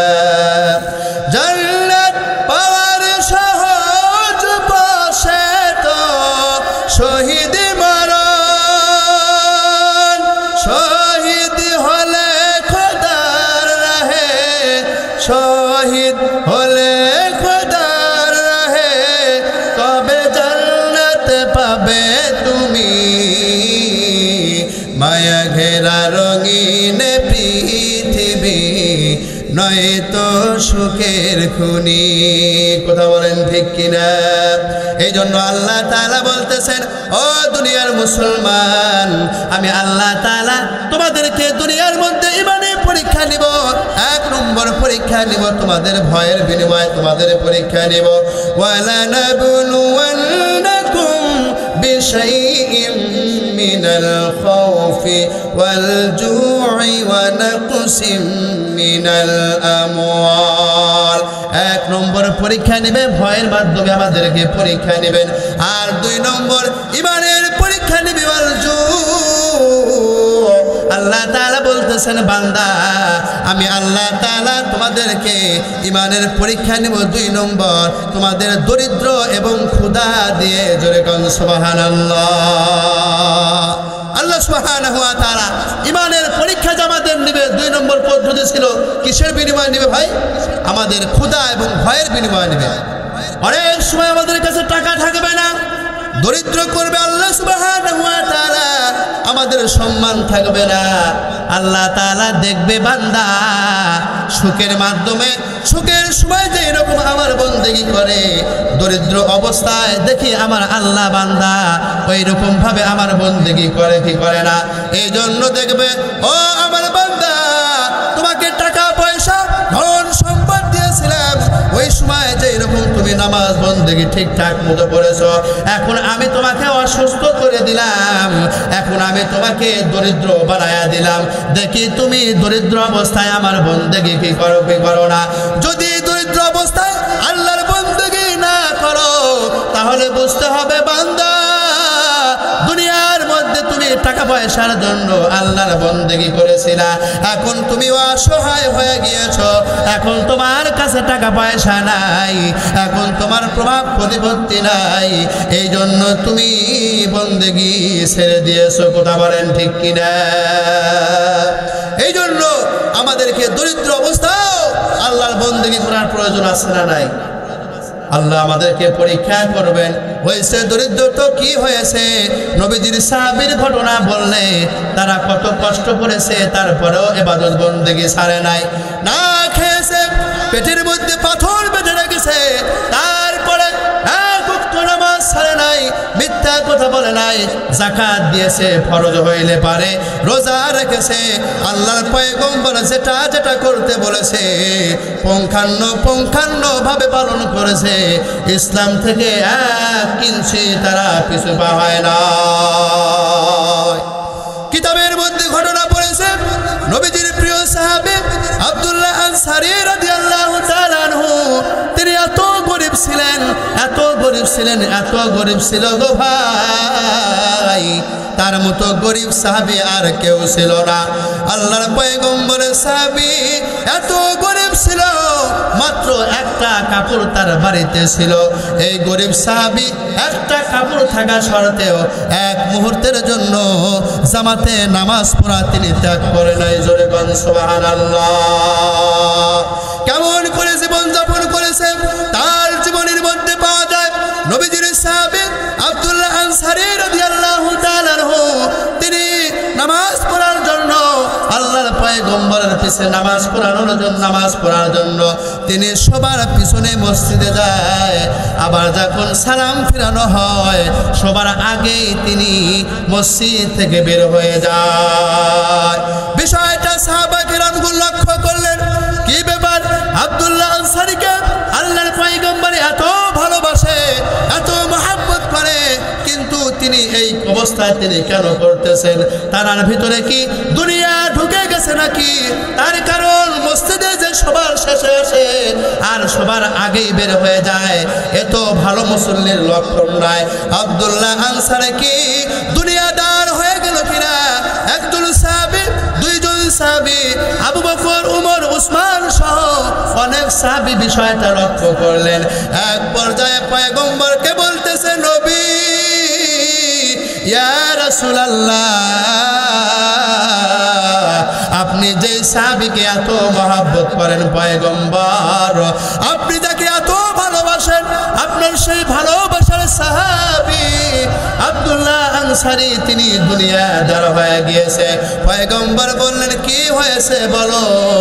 এবার তারা বলতেছে, ইয়া রাসূলুল্লাহ, আব্দুল্লাহ আনসারী মসজিদে সবার পরে মসজিদে ঢোকে, মসজিদ সাহেব যখন একামত দেয়, একামত শেষ হয়ে গেলে কোনো মতে মসজিদে ঢুকে ইক্তেদা করে নামাজ পড়ে, নামাজের পরে আর বিলম্ব করে না, সাথে সাথে সালাম ফিরে আবার বাড়ির দিকে চলে যায়। আল্লাহর পয়গম্বর বললেন, ও আমার সাহাবারা, তোমরা আগে কারো বিরুদ্ধে নালিশ করিও না, হয়তো তার কোনো সমস্যাও তো থাকতে পারে, চলো একদিন আমরা তাকে জিজ্ঞাসা করে তার বাড়িতে গিয়ে তার কোনো সমস্যাও তো হইতে পারে। এবার পয়গম্বর সিদ্ধান্ত করলেন, একদিন তার বাড়িতে চলে গেল। ফজর নামাজ পড়ে হযরত আব্দুল্লাহ আনসারী যখন দ্রুত বাড়িতে চলে গেল, সাহাবা কেরামগণ নবীকে সাথে করে নিয়ে তার বাড়ির মধ্যে চলে গেল। যাওয়ার পরে নবীজির সাহাবী আব্দুল্লাহ আনসারীর দরজার মধ্যে টোকা দিলেন পয়গম্বর, আর বলতেছে, ও সাহাবী, দরজাটা খুলে দাও, আমি আল্লাহর পয়গম্বর তোমাকে ডাকতেছি। আল্লাহর পয়গম্বর ডাকে, হযরত আব্দুল্লাহ দরজা খুলে না। এরপরে হযরত উমর ডাকে, আব্দুল্লাহ, আল্লাহর পয়গম্বর তোমার বাড়িতে এসেছে, দরজাটা খুলে দাও ভাই। আল্লাহর পয়গম্বরের সাহাবী দরজা খুলে না, এরকম সাহাবা কেরামগণ ডাকতেছে, দরজা খুলে না। পয়গম্বর বললেন, ও আমার সাহাবারা, হয়তো আব্দুল্লাহর কোনো সমস্যা রয়েছে, চলো আমরা ফিরে যাই, আমরা পরে তাকে জিজ্ঞাসা করে নেব। হযরত ওমর রাদিয়াল্লাহু তাআলা আনহু তার বাড়ির একটা ফুটা দিয়ে তার বাড়ির দিকে ভিতরে তাকায়া দেখে আব্দুল্লাহ রাদিয়াল্লাহু তাআলা আনহুকে দেখা যায় না, কিন্তু তার সুন্দর সুন্দর 2টা ফুটফুটে বাচ্চা রয়েছে। ওই 2টা বাচ্চাকে, নিষ্পাপ বাচ্চা দুটোকে আব্দুল্লাহ রশি দিয়ে ঘরের চকির সঙ্গে বেঁধে রেখেছে। এমনিই তো হযরত ওমরের মেজাজ খারাপ হয়ে আছে। আল্লাহর পয়গম্বর ডাকলো, দরজা খুললো না। হযরত আবু বকর ডাকলো, দরজা খুললো না। এখন আবার দেখি এই আব্দুল্লাহ তার নিষ্পাপ সন্তান দুটোকে দড়ি দেয়া রশি দেয়া বেঁধে রেখেছে। কত বড় বেদব হয়ে গেছে আব্দুল্লাহ। এই কথা বলার পরে আল্লাহর পয়গম্বরকে যখন বললেন, ইয়া রাসূলুল্লাহ, আপনার মুহাব্বতের সাহাবী হযরত আব্দুল্লাহ বেদব হয়ে গেছে, এমন এমন ঘটনা দেখলাম। আল্লাহর পয়গম্বর বললেন, উমর, হয়তো কোনো সমস্যা থাকতে পারে। এই বলে যখন তারা ফিরে আবার যাওয়া করলেন বাড়ির দিকে, সাথে সাথে আব্দুল্লাহ রাদিয়াল্লাহু তাআলা দরজাটা খুলে আল্লাহর পয়গম্বরের সামনে হাজির হয়ে গেলেন। আমার মুসলমান ভাইরা আমার, আল্লাহর পয়গম্বর বললেন, আব্দুল্লাহ, দীর্ঘ সময় ধরে তোমাকে ডাকতেছি, কেন তুমি দরজা খুলতেছো না? কি তোমার সমস্যা? একবার ডাক দিলাম, দুইবার ডাক দিলাম, কেন তুমি খুললা না? কি হয়েছে তোমার? আল্লাহর পয়গম্বর জানতে চাইলে সাহাবী চোখের পানিগুলো ছেড়ে দিয়ে দিয়ে কান্না করলেন, ফোপায়া ফোপায়া কান্দে। আল্লাহর পয়গম্বরকে বলে, ইয়া রাসূলুল্লাহ, ও আল্লাহর পয়গম্বর, আপনি যখন আমাকে ডাক দিয়েছেন, আপনাকে এক মুহূর্ত দেখার জন্য কলিজা ফেটে যাচ্ছিল।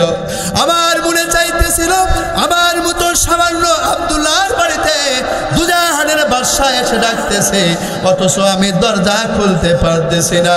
কারণ এটাই আল্লাহর পয়গম্বর, আমি যদি দরজা খুলে আপনার সামনে দাঁড়াইতাম, তাহলে আপনি আমাকে উলঙ্গ দেখতে পাইতেন। ইয়া রাসূলুল্লাহ, কারণ হইল এটা, আমার বাড়িতে মাত্র একটা মাত্র কাপড়, এই কাপড়টা পরে আমি আপনার পিছনে নামাজ পড়ার জন্য যাই গো পয়গম্বর। এই জন্য আমি আগে ভাগে মসজিদে যাইতে পারি না। যখন মুয়াজ্জিন সাহেব আজান দেয়, আমি আজান শোনার পরে, আমি ওযু গোসল সারার পরে আমার ঘরের মধ্যে একটা গর্ত করেছি, কারণ আমার বাড়িতে একটা মাত্র কাপড় রয়েছে গো নবী। আমার স্ত্রীকে উলঙ্গ করে সেই গর্তের মধ্যে নামাইয়া ওই কাপড়টা পরে আমি দৌড়া দৌড়ি করে মসজিদের মধ্যে যাই আপনার পিছনে ইক্তেদা করে নামাজ পড়ার জন্য। আমার মনের মধ্যে বড় আশা, এই জন্য স্ত্রীকে উলঙ্গ করে গর্তের মধ্যে নামাইয়া ওই কাপড়টা পরে দৌড় দিয়ে মসজিদের মধ্যে চলে যাই গো নবী। সেখানে আপনার পেছনে নামাজ পড়ে আপনার আলোচনা শুনতে মনে চায়, আপনার বয়ান শুনতে মনে চায়, আপনাকে দেখতেও তো মনে চায় গো পয়গম্বর। কিন্তু দেরি আমি কেন করতে পারি না? সালাম ফিরে আমার বাড়িতে আসা লাগে, কারণ ওখানে দেরি করলে পূর্ব দিগন্ত থেকে সূর্য উঠে গেলে আল্লাহর বিবি নামাজ পড়তে পারবে না। এই জন্য দৌড়া দৌড়ি করে বাড়িতে আসি, আমি আবার উলঙ্গ হয়ে সেই গর্তের মধ্যে নেমে যাই, আর ওই কাপড়টা আমার স্ত্রী পরিধান করে গো নবী।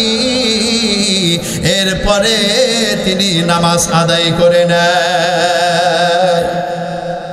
আমার মুসলমান ভাই, আল্লাহর পয়গম্বর আব্দুল্লাহ আনসারীর ঘটনাটা শোনার পরে হাউমাউ করে কান্নাকাটি করতেছে। আমার সাহাবী এত কষ্টে জীবন যাপন করে, আমরা কেউ তার খবর জানি না। আহারে, একটা কাপড় ছাড়া আর তার বাড়িতে কিছু নাই, এত কষ্ট করে জীবন যাপন করে আমার সাহাবী। আল্লাহ তাআলার কাছে হাত তুলে বললেন, মাবুদ, আমার ভালোবাসার সাহাবী আমাকে এত মহব্বত করে, ইসলামের এত পাবন্দি করে গো মাওলা, এত কষ্ট করে, তারপরেও ইসলামের হুকুম তিনি অমান্য করে না। আল্লাহর পয়গম্বর কান্না করতেছেন, সাহাবায়ে কেরামগণ কান্না করতেছেন। আব্দুল্লাহ আনসারীর জীবনী শোনার পরে হযরত উমর বলতেছে, ইয়া রাসূলুল্লাহ, নবীজি, আমরা বুঝতে পারলাম হযরত আব্দুল্লাহ কি জন্য দেরি করে করে মসজিদের মধ্যে যায়, কিন্তু আরেকটা অভিযোগ তার বিরুদ্ধে রয়েছে, ওই আব্দুল্লাহ কেন তার সন্তানদেরকে এত কষ্ট দেয়, নিষ্পাপ সন্তান দুটোকে কেন সে দড়ি দিয়ে হাত পা বেঁধে তিনি বাড়ির মধ্যে বেঁধে রেখেছে, আমরা জানতে চাই। এই কথা জানতে চাইলে হযরত আব্দুল্লাহ আবারও চোখের পানি ছেড়ে দিলেন আর কান্না কণ্ঠে বলতেছে পয়গম্বর এই যে দুইটা খেজুরের গাছ দেখতেছেন খেজুরের গাছ পাকা হয়ে আছে গো নবী এখন খেজুর পাকা হওয়ার মৌসুম পাক ধরেছে খেজুরের গাছের মধ্যে আমার দুইটা সন্তান নিষ্পাপ সন্তান আমি যখন নামাজ পড়তে যাই খেজুরের গাছ বাঁকা আমার জায়গার দিকে বাঁকা হয়ে খেজুরের গাছ দুটো হয়ে গেছে ওই খেজুরের গুলো পাকা ধরেছে টপ টপ করে আমার জায়গার মধ্যে তারা পাকা খেজুর পড়ে আমার সন্তানেরা না বুঝে সেই খেজুরগুলো খাওয়ার জন্য যায় এই জন্য আমি যখন বাসায় থাকি গো নবী আমি তাদেরকে এই খেজুর খাইতে দেই না তার কারণ আপনি বলেছেন লা ইয়াদখুলুল জান্নাতা জাসাদুল গুজিয়া বিল হারাম হারাম দ্বারা লালিত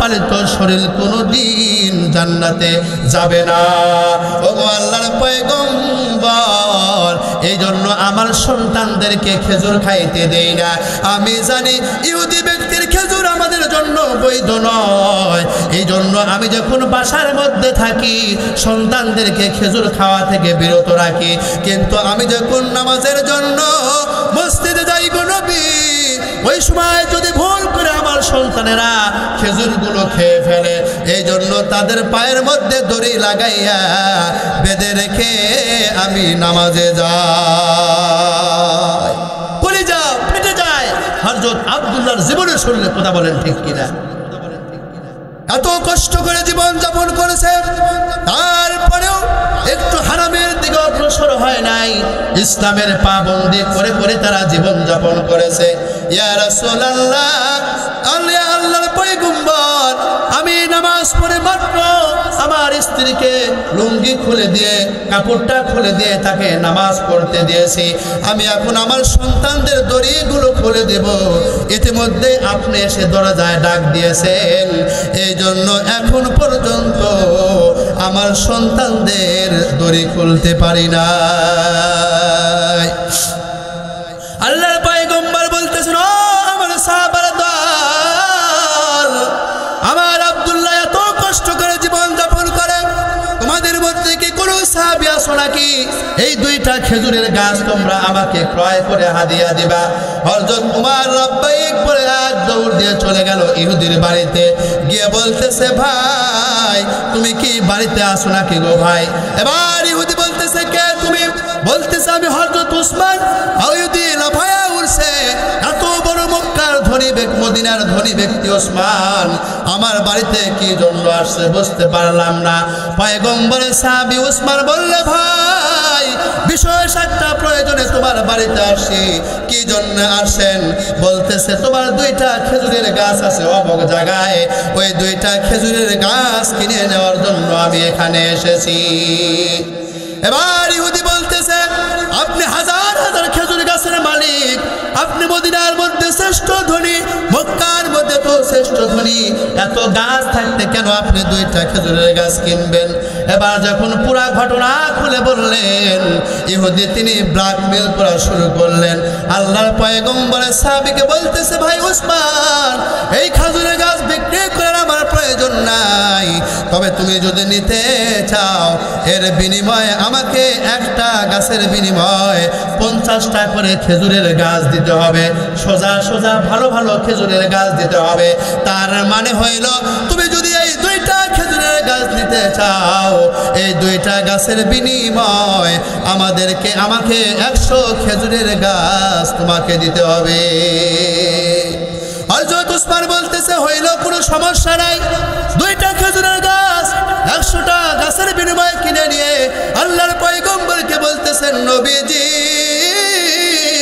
ও আল্লাহর পয়গম্বর এই যে নেন এই দুইটা গাছ আমি আপনাকে হাদিয়া দিলাম আল্লাহর পয়গম্বর বলতেছে ও ওসমান কেমন করে কিনলা এই গাছটা তো তোমার নয় তুমি কেমন করে হাদিয়া দিলা বলতেছে নবীজি আমি ইহুদির কাছ থেকে 100টা গাছের বিনিময়ে কিনে নিয়ে এসেছি পয়গম্বর বললেন কেন তুমি এত টাকা দিয়ে কিনলা সাহাবী বললেন ইয়া রাসূলুল্লাহ শুধু 100টা গাছ কেন সে যদি আমার সমস্ত সম্পদ চাইতো আমার জীবন পর্যন্ত যদি সে চাইতো, আল্লাহর কসম করে বলতেছি সব দেওয়া হইলেও আমি আপনাকে এই গাছ দুইটা হাদিয়া দিতাম।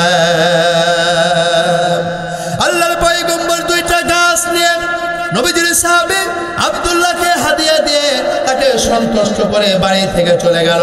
মুসলমান ভাই, ঘটনাটা বলার উদ্দেশ্য হইল নবীজির সাহাবা কেরামগণ এত কষ্ট করেছে, ক্ষুধায় জিন্দেগি যাপন করেছে, এক মুহূর্তের জন্য তারা ইসলাম থেকে পিছু পা হয় নাই। কথা বলেন ঠিক কিনা? এই জন্য আমাদেরকে আল্লাহ তাআলা ঈমানের পরীক্ষা নেবে, ক্ষুধা দিয়ে আমাদেরকে দরিদ্রতা দিয়ে পরীক্ষা নেবে।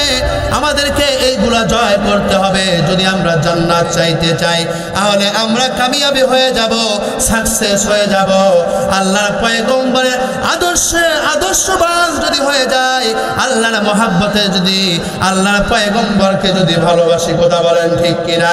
আল্লাহর নবীজির আদর্শবান যদি হয়ে যায়, কঠিন মহাশরের ময়দানে আল্লাহর পয়গম্বর আমাদেরকে সুপারিশ করে করে জান্নাতের ফয়সালা করে দেবে। অক্ষান্তরে ও নবীজির উম্মতের দল, আমরা যদি নবীজির আদর্শবান না হইয়া আমরা যদি ইহুদি খ্রিস্টানদের সভ্যতা ভোগ করে, ইহুদি খ্রিস্টানদের কৃষ্টি কালচার পালন করি, দুনিয়াদার যদি হয়ে যায়, আল্লাহর পয়গম্বর দন্দন শহীদ করে ইসলাম রেখে গেল। আল্লাহর পয়গম্বরের সাহাবায়ে কেরামগণ জীবন দিয়ে ইসলাম আমাদের সামনে রেখে গেল। তাদের আদর্শ যদি লালন না করি গো ভাই, কঠিন মহাশরের ময়দানে সুপারিশ তো দূরের কথা, আল্লাহর পয়গম্বর আমাদের বিরুদ্ধে নালিশ করবে। কথা বলেন ঠিক কিনা? হাসরের ময়দানে যদি নবীজির সুপারিশ না পাই, হাসরের ময়দানে যদি আল্লাহর পয়গম্বরের ভালোবাসা না পাই, বরং আমাদের বিরুদ্ধে যদি চলে যায়, আমাদের জন্য জাহান্নাম ছাড়া আর কোনো উপায় থাকবে না। কথা বলেন ঠিক কিনা? এই জন্য কবি বলতেছেন, মুসিবতে না পাই যদি, মুসিবতে না পাই যদি, করুণা তোমার কবরে হাসরে কি হবে আমার। কথা বলেন ঠিক কিনা? মুসিবতে না পাই যদি, করুণা তোমার কবরে হাসরে কি হবে আমার। আসি গো ডুবে আমি পাপেরি সাগরে, না জানি কি হবে ওপারে হাসরে। তোমারি সুপারিশ বিনে, তোমারি সুপারিশ বিনে কেমনে হব পার কবরে হাসরে কি হবে আমার। মুসিবতে না পাই যদি, করুণা তোমার কবরে হাসরে কি হবে আমার। কথা বলেন ঠিক কিনা? এই জন্য মুসলমান ভাই, আমাদেরকে ইমানের পরীক্ষা দিতে হবে। যতই হত দরিদ্র হই না কেন, আমরা আল্লাহর পয়গম্বর জীবনের মধ্যে পাওয়া যায়। আল্লাহর পয়গম্বর না খেয়েছে, না খেয়ে জীবন যাপন করেছে, তারপরেও দিন থেকে এক মুহূর্তের জন্য কিছু পা হয় নাই। আল্লাহর পয়গম্বর ক্ষুধার যন্ত্রণা সহ্য না করতে পেরে পেটের মধ্যে পাথর বেঁধে দিয়েছে, তারপরেও পয়গম্বর দিন থেকে সরে যায় না। হাদিস শরীফের মধ্যে পাওয়া যায়, নবীজির আল্লাহর পয়গম্বরের জীবনের মধ্যে পাওয়া যায়, তিনি একবার নামাজ পড়ে তার মেয়ের বাড়িতে যাওয়ার জন্য, তার কলিজার টুকরা মেয়ে হযরত ফাতিমাকে দেখার জন্য গেলেন। যাওয়ার পরে বলতেছে, মা দরজাটা খুলো, আমি তোমার বাবা তোমাকে দেখার জন্য আসছি। হযরত ফাতিমা দরজা খুলে না। আল্লাহর পয়গম্বর বলে, ও আমার কলিজা, কেন আসি না, এই জন্য বুঝে আমার প্রতি রাগ হয়ে গিয়েছো। হযরত ফাতেমা বলতেছে, বাবা, একটা মেয়ের বাড়িতে যখন বাবা বেড়াইতে আসে, ওই মেয়ে যে কি পরিমাণ খুশি হয় আমি সেটা তোমাকে ভাষায় বুঝাইতে পারবো না। তাহলে তুমি কি জন্য দরজা খুলতেছো না? নবীজির মেয়ে বলতেছে, বাবা, আপনি টাকা মারতো, আমার খুশিতে কলিজা ভরে গিয়েছে, আমি পাগল হয়ে গিয়েছি গো বাবা। কখন আমি দরজা খুলে বাবাকে দেখবো? কতদিন ধরে দেখি না, এক নজরে দেখতে পেলে অন্তরের মধ্যে শান্তি ফিরে আসবে। কিন্তু টাকা মাত্রই যদি আমি দরজাটা খুলে দিতাম গো বাবা, তাহলে আপনি বাবা হইয়া আপনার মেয়েকে উলঙ্গ দেখতে পাইতেন। কারণ আমার শরীরের মধ্যে যে পোশাক, সেই পোশাক দিয়ে আমার ইজ্জত আমি ঢাকতে পারি নাই। ও বাবা, আমার শরীরের মধ্যে সেরা ছোটা পোশাক পরে আছি, আপনি ডাক দিয়েছেন, কলিজা আমার ফেটে যাইতেছে, কিন্তু আমার শরীরের মধ্যে ভালো পোশাক না থাকার কারণে আমি দরজা খুলে আপনার সামনে যাইতে পারতেছি না। আল্লাহর পয়গম্বর কাছে একটা কাপড় ছিলেন, দরজার ফাঁকা দিয়ে তাকে দিয়ে দিলেন।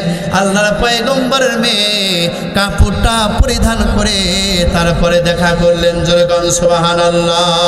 এইরকম কষ্ট করে করে আল্লাহর পয়গম্বর পাথর বেঁধেছে তার মেয়ে, যিনি জান্নাতের মধ্যে সমস্ত মেয়েদের সর্দারনি হবে, এত কষ্ট করে জীবন যাপন করেছে, তারপরেও তারা দুনিয়া চায় না, দুনিয়াকে লাথি মেরে দিয়েছে। তারা বলেছে, আল্লাহ, দুনিয়া চাই না, আমাদের প্রতি সন্তুষ্ট হইয়া যান, মৃত্যুর পরে আমাদেরকে আপনার জান্নাত দান করিয়ে। এই জন্য প্রিয় মুসলমান ভাইরা আমার, বলতেছিলাম আল্লাহ তাআলা আমাদেরকে 2 নম্বর পরীক্ষা নেবে দরিদ্র এবং ক্ষুধার মাধ্যমে। এরপরে 3 নম্বর পরীক্ষা আমাদেরকে নেবে, আমাদেরকে পরীক্ষা নেবে জানের মাধ্যমে, আমাদেরকে জানের মাধ্যমে পরীক্ষা নেবেন। আলোচনা ভালো লাগতেছে আপনাদের?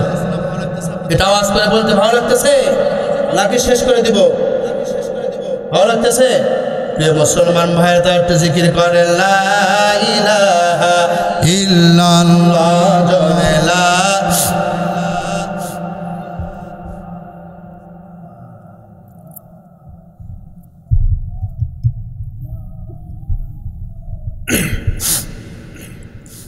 আল্লাহর নাম ডাকতে ভালো লাগে না আপনাদের? আজকে আমরা শয়তানের ধোঁকায় পড়ে গোমরা হয়ে গিয়েছি। এই যে নির্বাচন গেল, 1 কাপ চা খাওয়ার জন্য দুনিয়ার লম্পট, বদমাইশ, লুচ্ছা, দুর্নীতির কেস দিয়ে ভরপুর, এদের পিছনে ঘুরে ঘুরে অমক ভাইয়ের চরিত্র ফুলের মতো পবিত্র বলে বলে আল্লাহর দেওয়া জবান দিয়ে চিৎকার করে করে গোলা ফাটায় ফেলেছি। কথা বলেন ঠিক কিনা? অথচ আল্লাহর দেওয়া জবান, আল্লাহ কত মানুষকে বোবা করে তৈরি করেছে, আমাকে সুন্দর একটা জবান দিয়েছি, এই জবান দিয়ে আল্লাহর নাম জপতে আমাদের কষ্ট হয়। কথা বলেন ঠিক কিনা?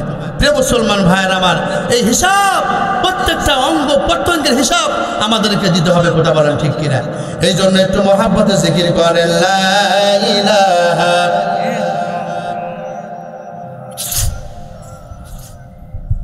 মওলা,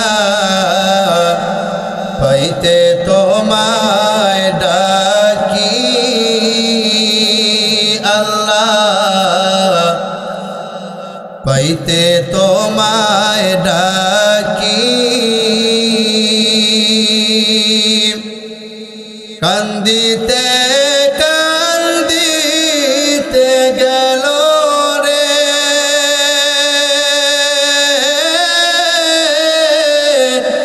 আমার প্রাণ পাখি রে, আল্লাহ, পাইতে তোমায় ডাকি,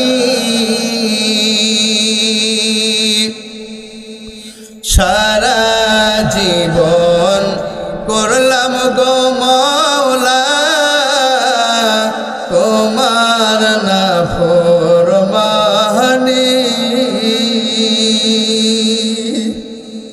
হাইরে সারা জীবন করলাম গো মাওলা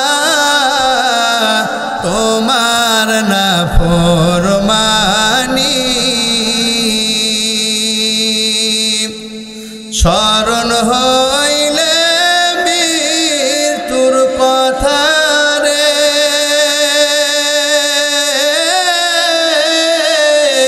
কান্দে হৃদয় আখিরে আল্লাহ, পাইতে তোমায় ডাকি আল্লাহ, পাইতে তোমায় ডাকি। লা ইলাহা ইল্লাল্লাহ জোরে লা।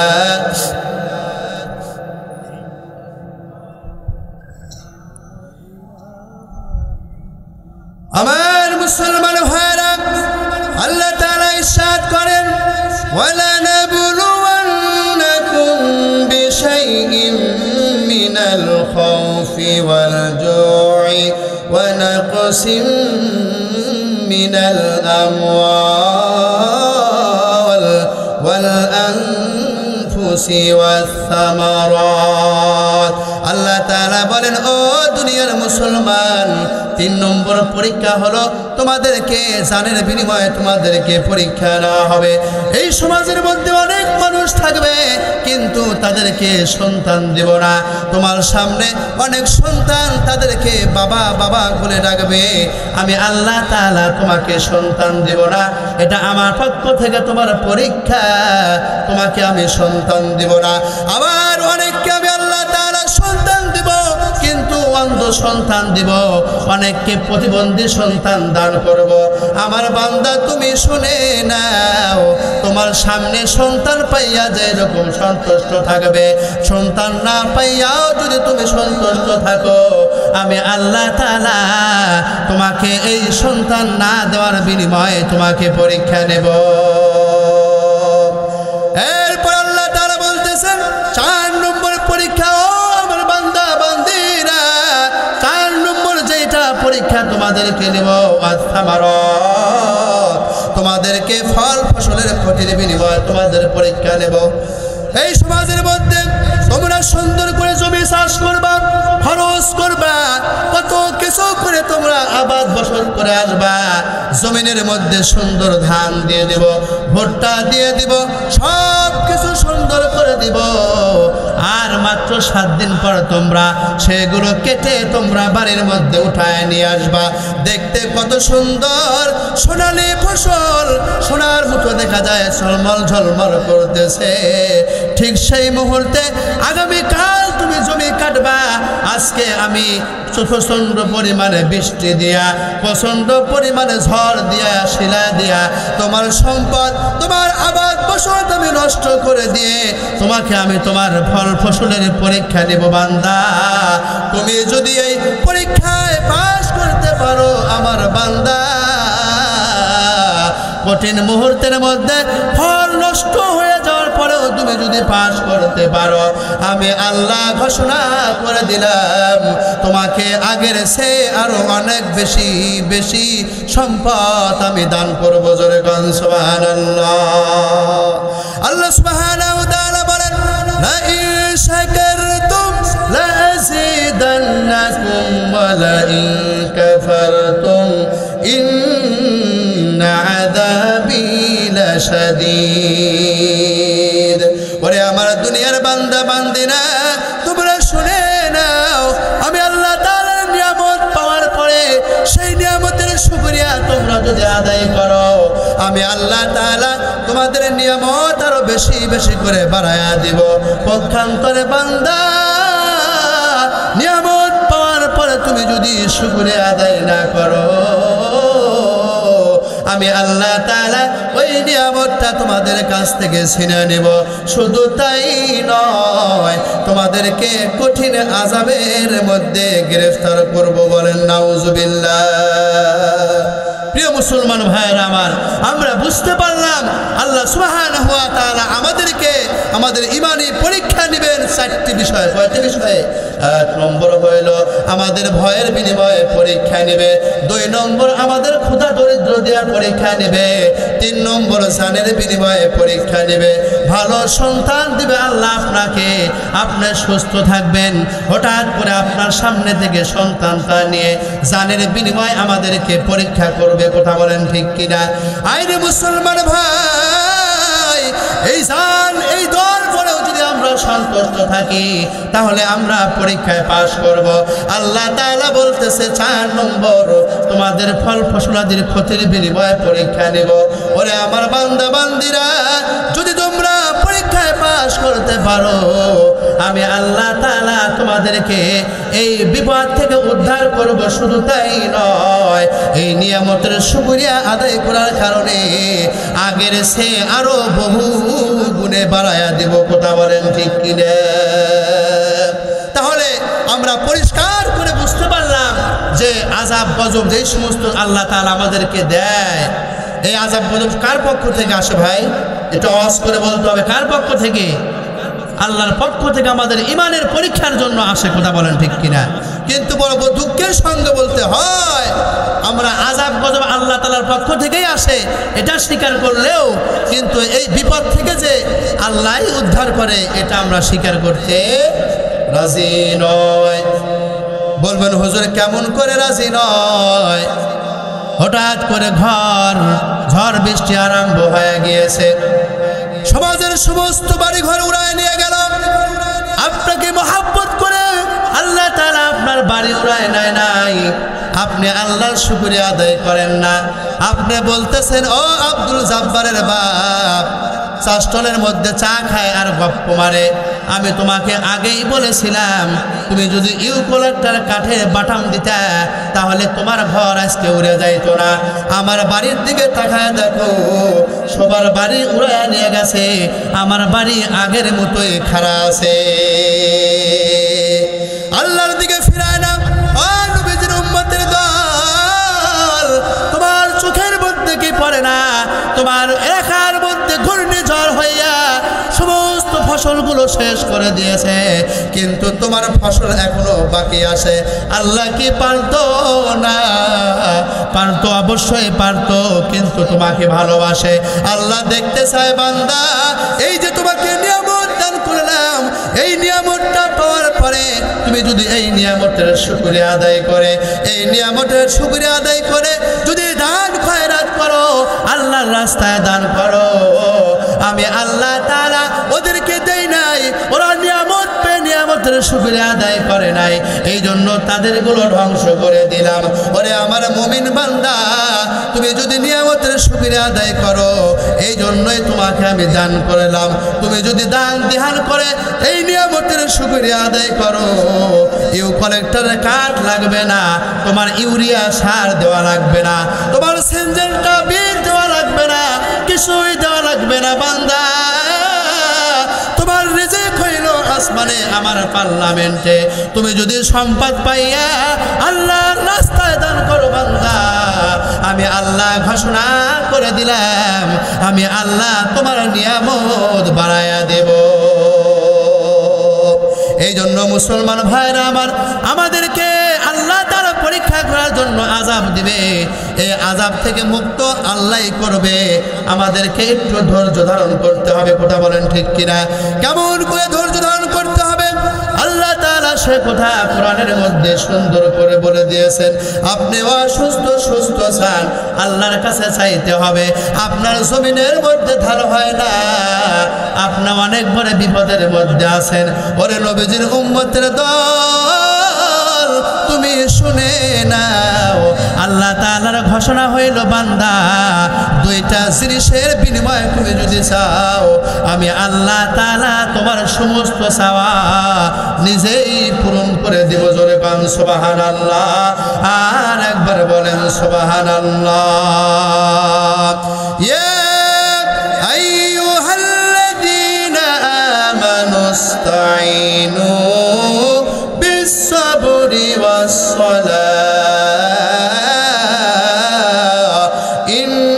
ইন্নাল্লাহা মা'আস-সাবিরিন। আল্লাহ তাআলা বলতেছেন, ও দুনিয়ার ঈমানদার বান্দা বান্দি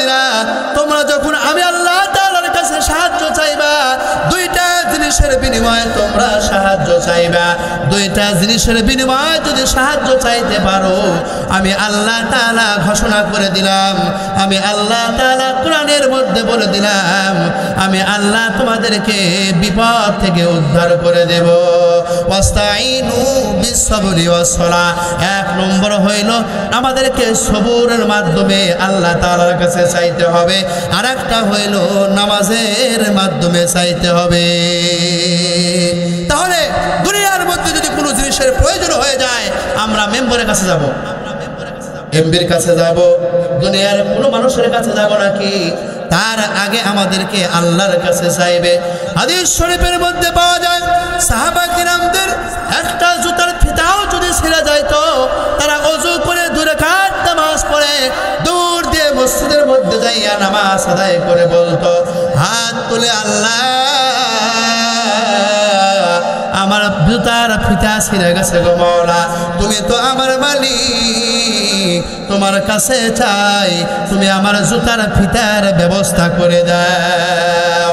আজকে যদি আমরা দুনিয়ার মানুষের কাছ থেকে মুখটা ফিরিয়া আল্লাহ তাআলার কাছে যদি চাইতাম, ওরে নবীজির উম্মতের দল তুমি শুনে নাও, আল্লাহ তাআলা আমাদেরকে দিয়ে দিত। কথা বলেন ঠিক কিনা?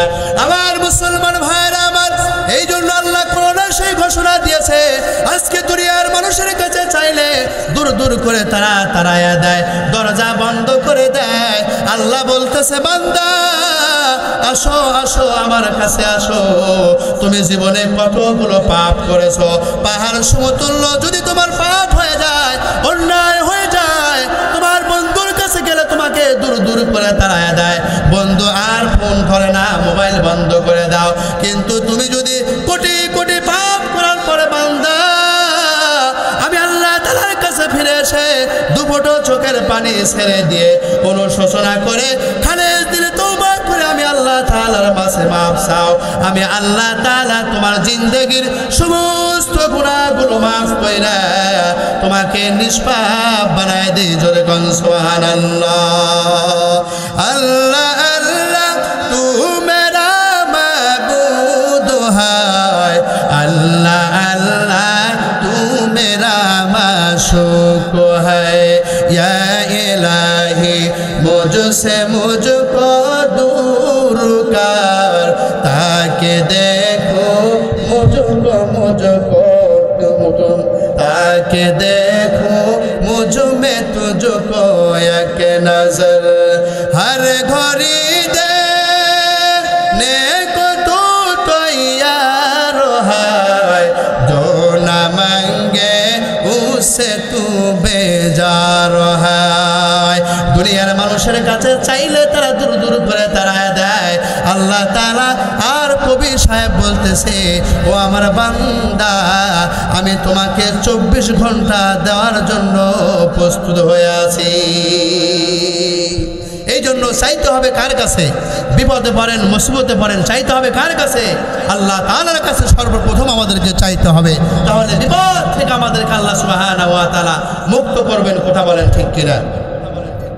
আমার মুসলমান ভাইরা আমার, আমরা যদি আল্লাহওয়ালা হই, মুমিন যদি নিজেদেরকে দাবি করি, আল্লাহ তাআলা যেরকম ফিরআউনের হাত থেকে পয়গম্বর মুসাকে মুক্ত করেছে, আল্লাহর মুসা আল্লাহর পয়গম্বর হযরত আইয়ুব আলাইহিস সালামকে যেরকম ভাবে অসুস্থ থেকে মুক্ত দান করেছে, পয়গম্বর ইউনূস নবীকে যেরকম ভাবে মাছের পেট থেকে মুক্ত করেছে, হযরত ইউসুফ আলাইহিস সালামকে যেরকম ভাবে জেল থেকে মুক্ত করেছে, যুগে যুগে পয়গম্বরকে যেরকম ভাবে মুক্ত করেছে। মুসলমান ভাই, আমরা যদি ইমানদার হই, আমরা যদি নামাজ আর সবরের বিনিময়ে আল্লাহ তাআলার কাছে চাই, আল্লাহ আমাদেরকেও মুক্ত করবেন। কথা বলেন ঠিক কিনা? আল্লাহর জান্নাত আমরা সকলেই চাই, ইমানদার আমরা সকলেই হইতে চাই, এটা আমাদের অন্তরের চাওয়া। কথা বলেন ঠিক কিনা? যে ব্যক্তি এক ওয়াক্ত নামাজও পড়ে না, তাকে জিজ্ঞাসা করলেও বলবে, ভাই আর যাই হোক জান্নাতটাকে অবশ্যই চাই। আমি আপনি মুমিন না কাফের না মুনাফিক ভাই, বলবো আমি মুমিন মুসলমান, এইটা দাবি করি এবং জান্নাত আমরা চাই। কথা বলেন ঠিক কিনা? অথচ আল্লাহর ভাষ্য কি, ও দুনিয়ার মুসলমান, তুমি যদি মুসলমান হও, তুমি যদি মুমিন হও, তুমি যদি জান্নাত হও, আল্লাহ মুমিনদের কাছে জান্নাত বিক্রি করেছে। জোরে বলুন সুবহানাল্লাহ। এমনি এমনি মুখে বললে হবে না, আল্লাহ মুমিনদের কাছে জান্নাত বিক্রি করে দিয়েছেন। জোরে বলুন সুবহানাল্লাহ। আমাদেরকে কিনতে হবে। যেই রকম আমরা বাজারের মধ্যে গিয়ে টাকা দিয়ে আলু পটল সবজি কিনে নিয়ে আসি, আল্লাহ কোরআনের মধ্যে বলেছেন আমি আমার মুমিন বান্দাদের কাছে আমার জান্নাত বিক্রি করে দিয়েছি। জোরে বলুন সুবহানাল্লাহ। আল্লাহ তাআলা বলেন ইন্নাল্লাহা আশতারা মিনাল মুমিনিনা আনফুসাহুম ওয়া আমওয়ালাহুম বিআন্না লাহুমুল জান্নাহ। আল্লাহ তাআলা বলতেছেন নিশ্চয় নিশ্চয় মুমিনদের জান এবং মালের বিনিময়ে আমি আমার জান্নাতটা বিক্রি করে দিয়েছি। এখন আমাদের আল্লাহর সেই জান্নাত কিনতে হবে। কথা বলেন ঠিক কিনা? কত সুন্দর আয়াত দেখেন, ইন্নাল্লাহা আশতারা মিনাল মুমিনিনা আনফুসাহুম ওয়া আমওয়ালাহুম বিআন্না লাহুমুল জান্নাহ। নিশ্চয় নিশ্চয় আমি আমার মুমিন বান্দাদের কাছে তাদের জীবন আর তাদের মালের বিনিময়ে জান্নাত বিক্রি করেছি। 11 পারার মধ্যে এই আয়াত আছে। প্রিয় মুসলমান ভাইরা আমার, এই জন্য আমরা যদি জান্নাতি হইতে চাই, আমরা যদি মুমিন হইতে চাই, আমাদেরকে জীবনের বিনিময়ে, আমাদেরকে আমাদের টাকা পয়সার বিনিময়ে সেই জান্নাত কিনতে হবে। কথা বলেন ঠিক কিনা?